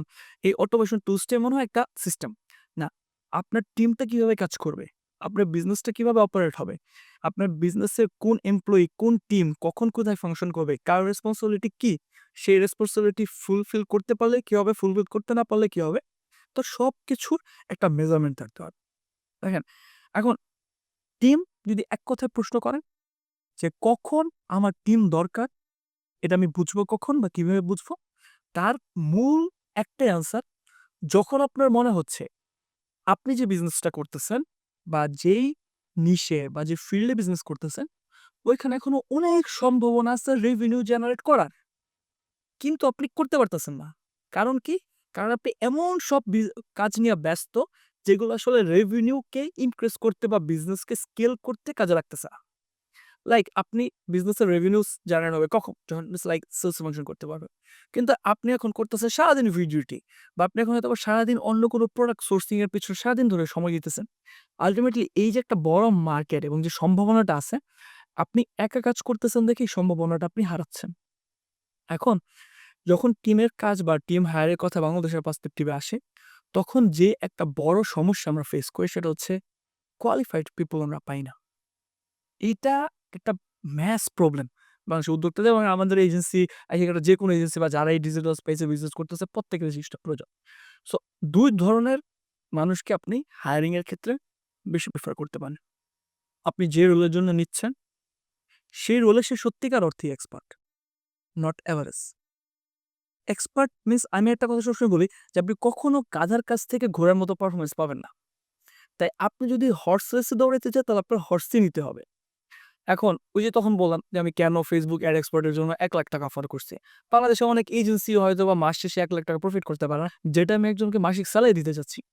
তার কারণ হচ্ছে আমি এমন এক্সপার্টই মার্কেট থেকে হায়ার করতে চাই, যাকে হায়ার করলে ওই সেগমেন্টে আমার আর কোনো টেনশন নেই। আমি যদি একটা টিম হায়ার করলাম, আমি ২ জন, ৪ জন, ৫ জনের একটা টিম বানালাম এবং সারাদিন যদি আমার এখন কাজ হয় টিমকে ঠিকমতো কাজ করতেছে কিনা, টিমের কার কি রেসপন্সিবিলিটি, ক্লায়েন্টকে সন্তুষ্ট কিনা, প্রোডাক্ট কি যাচ্ছে কিনা, মার্কেটিং কি হচ্ছে কিনা, তাহলে আল্টিমেটলি আগে আমি ব্যবসা নিয়ে ব্যস্ত ছিলাম, এখন আমি আমার টিম নিয়ে ব্যস্ত। এখন এই জিনিসটা আসলে কেন হয়? তার কারণ আমরা টিম মেম্বারদেরকে হায়ার করি যে আমি তাকে দিতেছি সে আমার কাজ করবে। That's it. আমার যে তাকে একটা ভিশন দেখানো দরকার। আমার সাথে থাকতে যে আল্টিমেটলি সে লাইফে কোন জায়গায় যাইতে পারবে, শুধুমাত্র আমি তার থেকে বেনিফিটেড না, সে আমার কাছ থেকে টাকার বাইরে কালচারাল বা অন্যান্য আদার্স কিভাবে বেনিফিটেড হইতে পারে, এই ব্যাপারগুলো তাকে আমাদের ভিশন বা তার যে কেরিয়ার পাথ এটা তাকে দেখানো উচিত। আমার মনে হয় আপনার এজেন্সি বা আপনার কোম্পানিতে যদি একজন এমপ্লয়ি আসে এবং এখানে যদি সে নিজেকে ফ্লারিশ করার জায়গা না পায়, নিজেকে প্রকাশ করার বা নতুন কিছু শেখার জায়গা না পায়, তাহলে আপনি আসলে যত টাকাই দেন একটা সার্টেন টাইম পর সে আপনার ওই বিজনেসে থাকবে না এবং মোস্ট প্রবাবলি অপশন থাকবে সে নিজে এরকম একটা বিজনেস দাঁড় করানোর। যখন সে আপনার বিজনেস সম্পর্কে A to Z জানে। সো অবভিয়াসলি একজন এক্সপার্ট হায়ার করা উচিত। কিন্তু যদি আপনি এক্সপার্ট না পান তবে কি করবেন? ফ্রেশার্স নিতে হবে বা যারা একটু বিলো এভারেজ এদেরকে নিতে হবে বা আপনি এভারেজ এদেরকেও নিতে হবে। এই ক্ষেত্রে তো আপনি স্কিলের উপর যদি তাকে আইডেন্টিফাই করার চিন্তা করেন, তাহলে তো সে আসলে আ আপনার এখানে থাকতে পারতেছে না। আবার আমি যদি সবসময় এটাই বলি যে আপনি এক্সপার্ট হায়ার করেন তাহলে তো ফ্রেশার্সরাই তো একটা সময় যে এক্সপার্ট হয়। তাহলে ফ্রেশার্সরা আসলে করবে কি? আমি যদি কখনো ফ্রেশার্স নিয়োগ দিই, সেক্ষেত্রে আমি চিন্তা করি ২ টা জিনিস। সে কতটুকু অনেস্ট এবং কাজের প্রতি তার ডেডিকেশন কতটুকু। যে আপনি ডেডিকেশন কাউকে শিখিতে পারবেন না। অনেস্টি কাউকে শিখিতে পারবেন না। কিন্তু স্কিল কিন্তু তাকে শেখানো সম্ভব। তো সে যদি কাজের প্রতি অনেস্ট থাকে এবং তার যদি কাজের প্রতি ডেডিকেশন থাকে, তাহলে স্কিল ১ সপ্তাহ, ২ সপ্তাহ, ১ মাস, ১.৫ মাস সময় নিয়ে আপনি তাকে শিখায় ওই মিড লেভেল বা এক্সপার্ট লেভেলে নিয়ে আসতে পারবেন। সো এইজন্য একটা টিম হায়ার এর ক্ষেত্রে এই বিষয়গুলো যদি মনোযোগ সহকারে দেখা যায় যে এটা আরেকটা প্রচলিত প্রবাদ আছে। সেটা হচ্ছে আপনি আপনার এমপ্লয়িকে এমনভাবে ট্রেন আপ করেন যাতে অন্য কোম্পানি তাকে নিতে চায়। কিন্তু আপনি আপনার কোম্পানির কালচার এবং তাকে এমনভাবে ভালোবাসেন যে তার চেয়ে বেশি টাকা দিলেও স্বর্ণ কোম্পানিতে না যায়। এই ২ টা জিনিস যদি আপনি স্ট্রিক্টলি মেইনটেইন করতে পারেন, তাহলে আপনি দেখবেন আপনার টিমই আপনার হয়ে আপনার বিজনেস করে দিতেছে। কারণ আমি মনে করি you build people and people builds business. এই জিনিসটা যদি মেইনটেইন করে যেতে পারেন, তাহলে আপনি দেখবেন আপনার বাদেও এই বিজনেস খুব সুন্দরভাবে অপারেট হবে। আর আল্টিমেটলি ওইটাই একটা বিজনেস যেই বিজনেস আপনাকে ছাড়াই সুন্দরভাবে অপারেট হচ্ছে। আল্টিমেটলি ওইটা একটা বিজনেস। আর আদারওয়াইজ যদি আপনার বিজনেস আপনাকে ছাড়া না চলে, প্রতিদিন আপনার বিজনেস আপনার সময় দিতে হয়, কে কি করলো, কিভাবে কি হচ্ছে। তাহলে আল্টিমেটলি আপনি একটা হাই সেলারিতে জব করতেছেন নিজের বিজনেসেই, নাথিং এলস। রাইট। এটা আসলে মানে সম্পর্কটা রাখা তার সাথে। যেমন মনে করেন আমি হচ্ছে কি সেলস এর জন্য লোক খুঁজতেছিলাম। সো আমাদের হচ্ছে গিয়ে একজনে খুব সুন্দর একটা নলেজ দিছে। খুব ছোট্ট একটা কথা বলছে। ওয়েল পারসন না সে খুবই, বাট একটা ভালো জায়গায় কাজ করতেছে। সে বলল যে, "আমি অনেক বছর সেলসে কাজ করছি।" আমি জানি আসলে একটা মানুষকে কিভাবে ধরে রাখতে হয়। সেলসে যারা কাজ করে মোটামুটি দেখবা যে একসময় তারা তোমাকে ছাইড়াও চলে যেতে পারে। তখন তুমি কি করো? তুমি তো একটা প্যারা খেয়ে যাবা। তুমি যেটা করবা খুবই সুন্দরভাবে প্রত্যেক মাসে একটু তোমার খরচ হবে। তাকে ১-২ বার রেস্টুরেন্টে খাওয়াইতে নিয়ে যাবা এবং তাকে নিয়ে তার লাইফ সম্পর্কে তার সাথে কথা বলবো। কোনো তোমার সেলসে কি করতেছে না করতেছে ওগুলা নিয়ে কোনো কথা বলব না। তার সাথে কাইন্ড অফ আড্ডা মানে ফেক করবা কিন্তু। এটা বলা ঠিক না এভাবে। এরকম করবা। পার্সোনাল কানেকশন বিল্ড করা। হ্যাঁ। সো এভাবে আস্তে, আস্তে করতে থাকো। দেখবা কি ও চিন্তা করবে আমি এখানে যে ফ্যাসিলিটিস পাচ্ছি এটা তো আমি অন্য কোথাও পাবো না।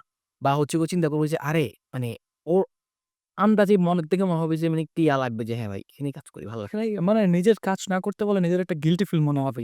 তখন আর সে আপনার কোম্পানিকে আপনার কোম্পানি ভাববে না। সে নিজের কোম্পানি ভাববে এবং এই ভাবনাটা যদি একজন এমপ্লয়ির ভিতরে আসে বা একজন টিম মেম্বারের ভিতরে আসে, তখন আসলে 1+1 2 হয় না। 1+1 হয় 11। যেমন আমি যখন প্রায় ৳২০,০০,০০০ রেভিনিউ জেনারেট করতাম ইয়ারলি, খুব সুন্দর কথা বলছেন। তখন আমাকে অনেকে প্রশ্ন করত, "ভাই আপনারা এই ২ জন ৩ জন মানুষ মিলে" এখন হয়তোবা এজেন্সি পারপাস এ অনেক পিপল হায়ার করতে হচ্ছে। তো আপনারা ২-৩ জন মানুষ মিলে কিভাবে একটা ৳১,০০,০০,০০০ রেভিনিউ জেনারেট করেন? এটা তো করতে গেলে ৫০-৬০ জনের একটা টিম থাকা দরকার। তখন আমরা বলতাম যে এখানে সবার ভিশন এক, সবাই এক জায়গায় অ্যালাইন এবং এখানে কেউ কোনো প্রেশার নেওয়া নিয়া এবং অন্যান্য বিষয় নিয়ে কোনো হেজিটেশন ফিল করে না। সবাই ভাবতেছে এটা নিজের কাজ, নিজের কোম্পানি এবং নিজে এখানে কতটুক গ্রো করার অপরচুনিটি আছে। তখন ধরেন যদি ৩ জন হয়ে থাকে তাহলে ওটা 1+1+1=3 না। তখন এটা আপনার ধরেন হচ্ছে ১১১। আমরা ৩ জন মিলে ১১১ জন মানুষের কাজ করতেছি। সো ওইখানে এটা হওয়া খুব বড় কোনো ম্যাটার না। এবং আপনি যেটা বললেন, আমি নিজেও এটা খুব মেইনটেইন করি। যেমন যেহেতু গতকালকে আমি হচ্ছে আমার অফিসের অনেক টিম মেম্বারদের সাথে বসলাম যে তারা ঢাকায় থাকতেছেন, তাদের কোনো প্রবলেম হচ্ছে কিনা, পারিবারিক কিভাবে বিষয় বা আপনার এই অফিসের অন্যান্য কারোর থেকে কি কোনো প্রবলেম ফেস করতেছে কিনা হইলে আমাকে বলতে পারেন।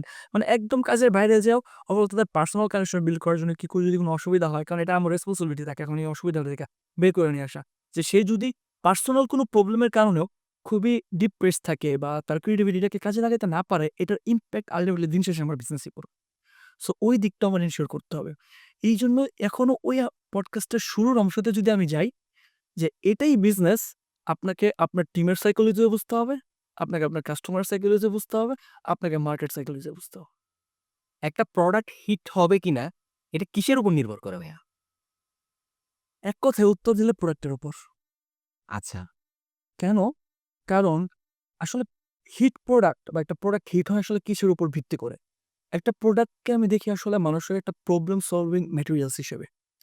যে এখন এই মুখটা যত ভালো প্রোডাক্টই হোক, এইটাতে যদি এখন পানি রাখা না যায়, এখন এই মগটার নিচে যদি ফোঁটা থাকে বা এখান থেকে যদি পানি লিক করতে থাকে, তাহলে কিন্তু এটা যত সুন্দর মগই হোক, বাট আমার যে প্রবলেম পানি রাখতে চাচ্ছি এবং সেটা আমি সময় মতো পান করতে চাচ্ছি, ওই প্রবলেমটা কিন্তু সলভ করতেছে না।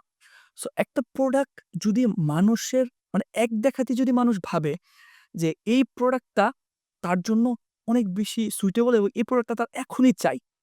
এই ক্রাইটেরিয়ার উপর ভিত্তি করে আসলে বেসিক্যালি একটা প্রোডাক্ট হিট হয়। এছাড়াও আরো অনেকগুলো অ্যাঙ্গেল আছে। Marketing angle, branding angle, presentation, content. But আপনি যদি বলেন প্রোডাক্ট হিট হয় কিসের উপর ভিত্তি করে? সেটা হচ্ছে এই প্রোডাক্টটা কি মানুষ এক দেখায় বুঝতে পারতেছে এই প্রোডাক্টটা তার কি কাজে ব্যবহৃত হয়। যেমন আমি যদি আবার এটার উদাহরণ দেই, এই জিনিসটা কি? এটা হচ্ছে একটা কাপ। কাপ। এখানে কি রাখতে হয়? এখানে পানি, আচ্ছা। কফি। এই মগটা আপনি যেকোনো প্লেসে দেখা মাত্রই এই প্রোডাক্টটার ব্যবহার, এই প্রোডাক্টটা দিয়ে কি করবেন, এই প্রোডাক্ট আপনাকে কখন হেল্প করবে, কখন হেল্প করবে না, এটার ম্যাটেরিয়ালস, এটার ব্যবহার বিধি সবকিছু আপনি অটোমেটিক্যালি নিজে বুঝে যাচ্ছেন না? হ্যাঁ, অবশ্যই। এইটার এই প্রোডাক্টটা সম্পর্কে আপনার আরো কোনো কোয়েশ্চেন আছে? না। কিন্তু আমি যদি অন দ্য আদার হ্যান্ড আপনাকে বললাম ওটা অশ্বগন্ধা পাউডার। যে অশ্বগন্ধা পাউডার খেলে হয়তোবা ধরেন আপনার ঘুম ভালো হয়। এখন এই যে অশ্বগন্ধা বলতে হয়তোবা আপনার একটু নলেজ কম থাকবে। বা আপনি চিন্তা করবেন এই অশ্বগন্ধা পাউডারটা আমি কয় চামচ খাবো? এই অশ্বগন্ধা পাউডারটা আসলে মানে কোনো সাইড ইফেক্ট আছে? কিভাবে খাবো? প্রোডাক্টটা কি BST অনুমোদিত? প্রোডাক্টটা কি অনেকদিন রাখা যাবে? প্রোডাক্টের মেয়াদকাল কতদিন? কতদিন পর এটা এক্সপায়ার হবে? এই প্রোডাক্টটা কি যে বিক্রি করতেছে সে অথেন্টিক কিনা? আপনার ব্রেইনে অনেকগুলা কোয়েশ্চেন আসবে।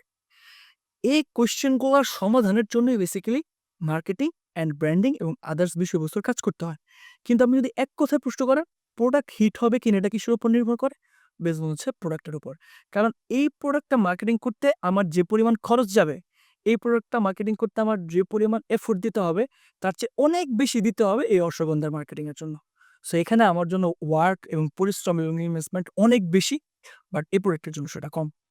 তো প্রোডাক্ট ভালো হলেই কি ব্র্যান্ড হবে? এই জিনিসটাই কিভাবে দেখতেছেন? না, প্রোডাক্ট যদি ভালো হয় তাহলে আপনার বিক্রি হবে।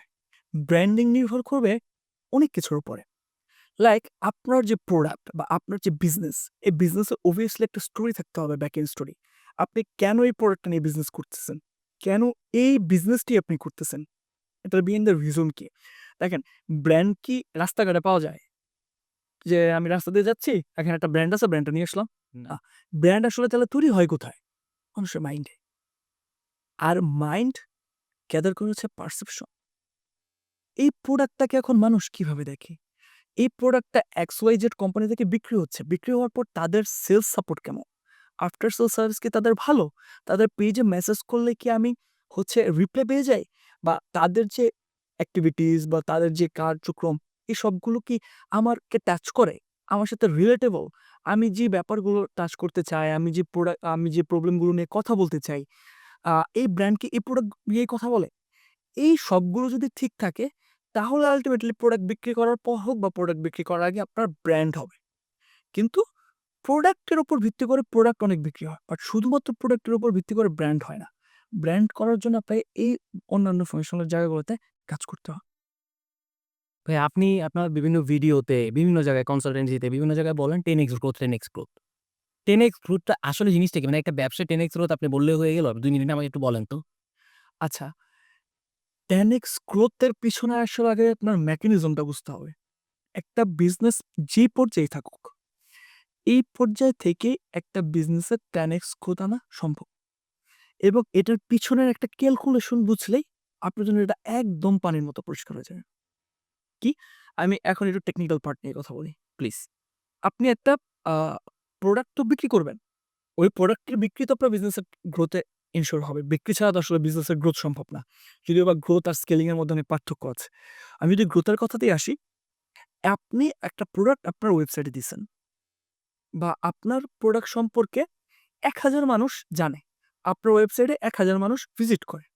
১,০০০ মানুষ যদি আপনার ওয়েবসাইটে ভিজিট করে, তাহলে সেখান থেকে মাত্র ১০০ জন মানুষ আপনার প্রোডাক্ট কিনে। প্রোডাক্টের প্রাইস হচ্ছে ৳৫০০। আচ্ছা। ১,০০০ জন মানুষ আসে, হুম। ১০০ মানুষ কিনে, প্রোডাক্ট প্রাইস ৫০০। ১,০০০ জন মানুষ আসে, ১০০ মানুষ প্রোডাক্ট কিনে, প্রোডাক্ট প্রাইস এবার ১,০০০। Double, business double. ১,০০০ মানুষ আসে, ২০০ মানুষ কিনে, ৳১,০০০ প্রোডাক্ট প্রাইস। Business 4x।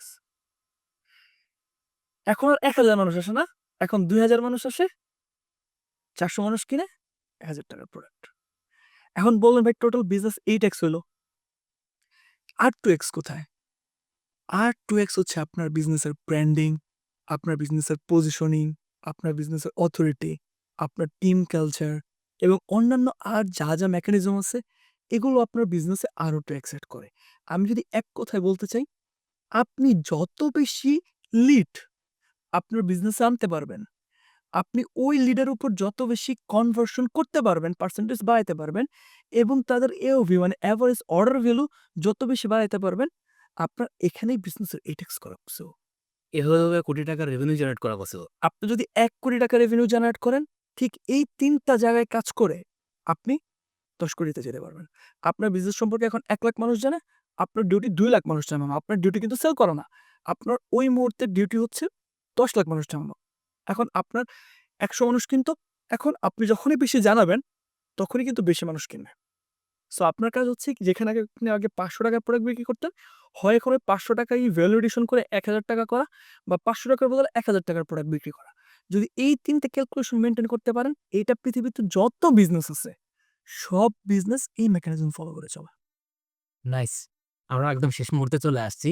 বিজনেসের এত ডিটেইল নিয়ে কথাবার্তা এর আগে কখনো বলা হয় আমি আমি বেসিক্যালি শুনি নাই। আশা করি জানি না কিরকম লাগছে সবার। সবাই কমেন্টে জানাবেন যে আপনাদের কেমন লাগছে এই পডকাস্টটা এবং তার উপর ভিত্তি করে আমরা পার্ট 2 করার চেষ্টা করব ইনশাআল্লাহ। যদি ভাইয়া সবকিছু ঠিকঠাক থাকে। সো হ্যাঁ, দেখা হবে পরে কোনো ভিডিওতে। ভালো থাকবেন।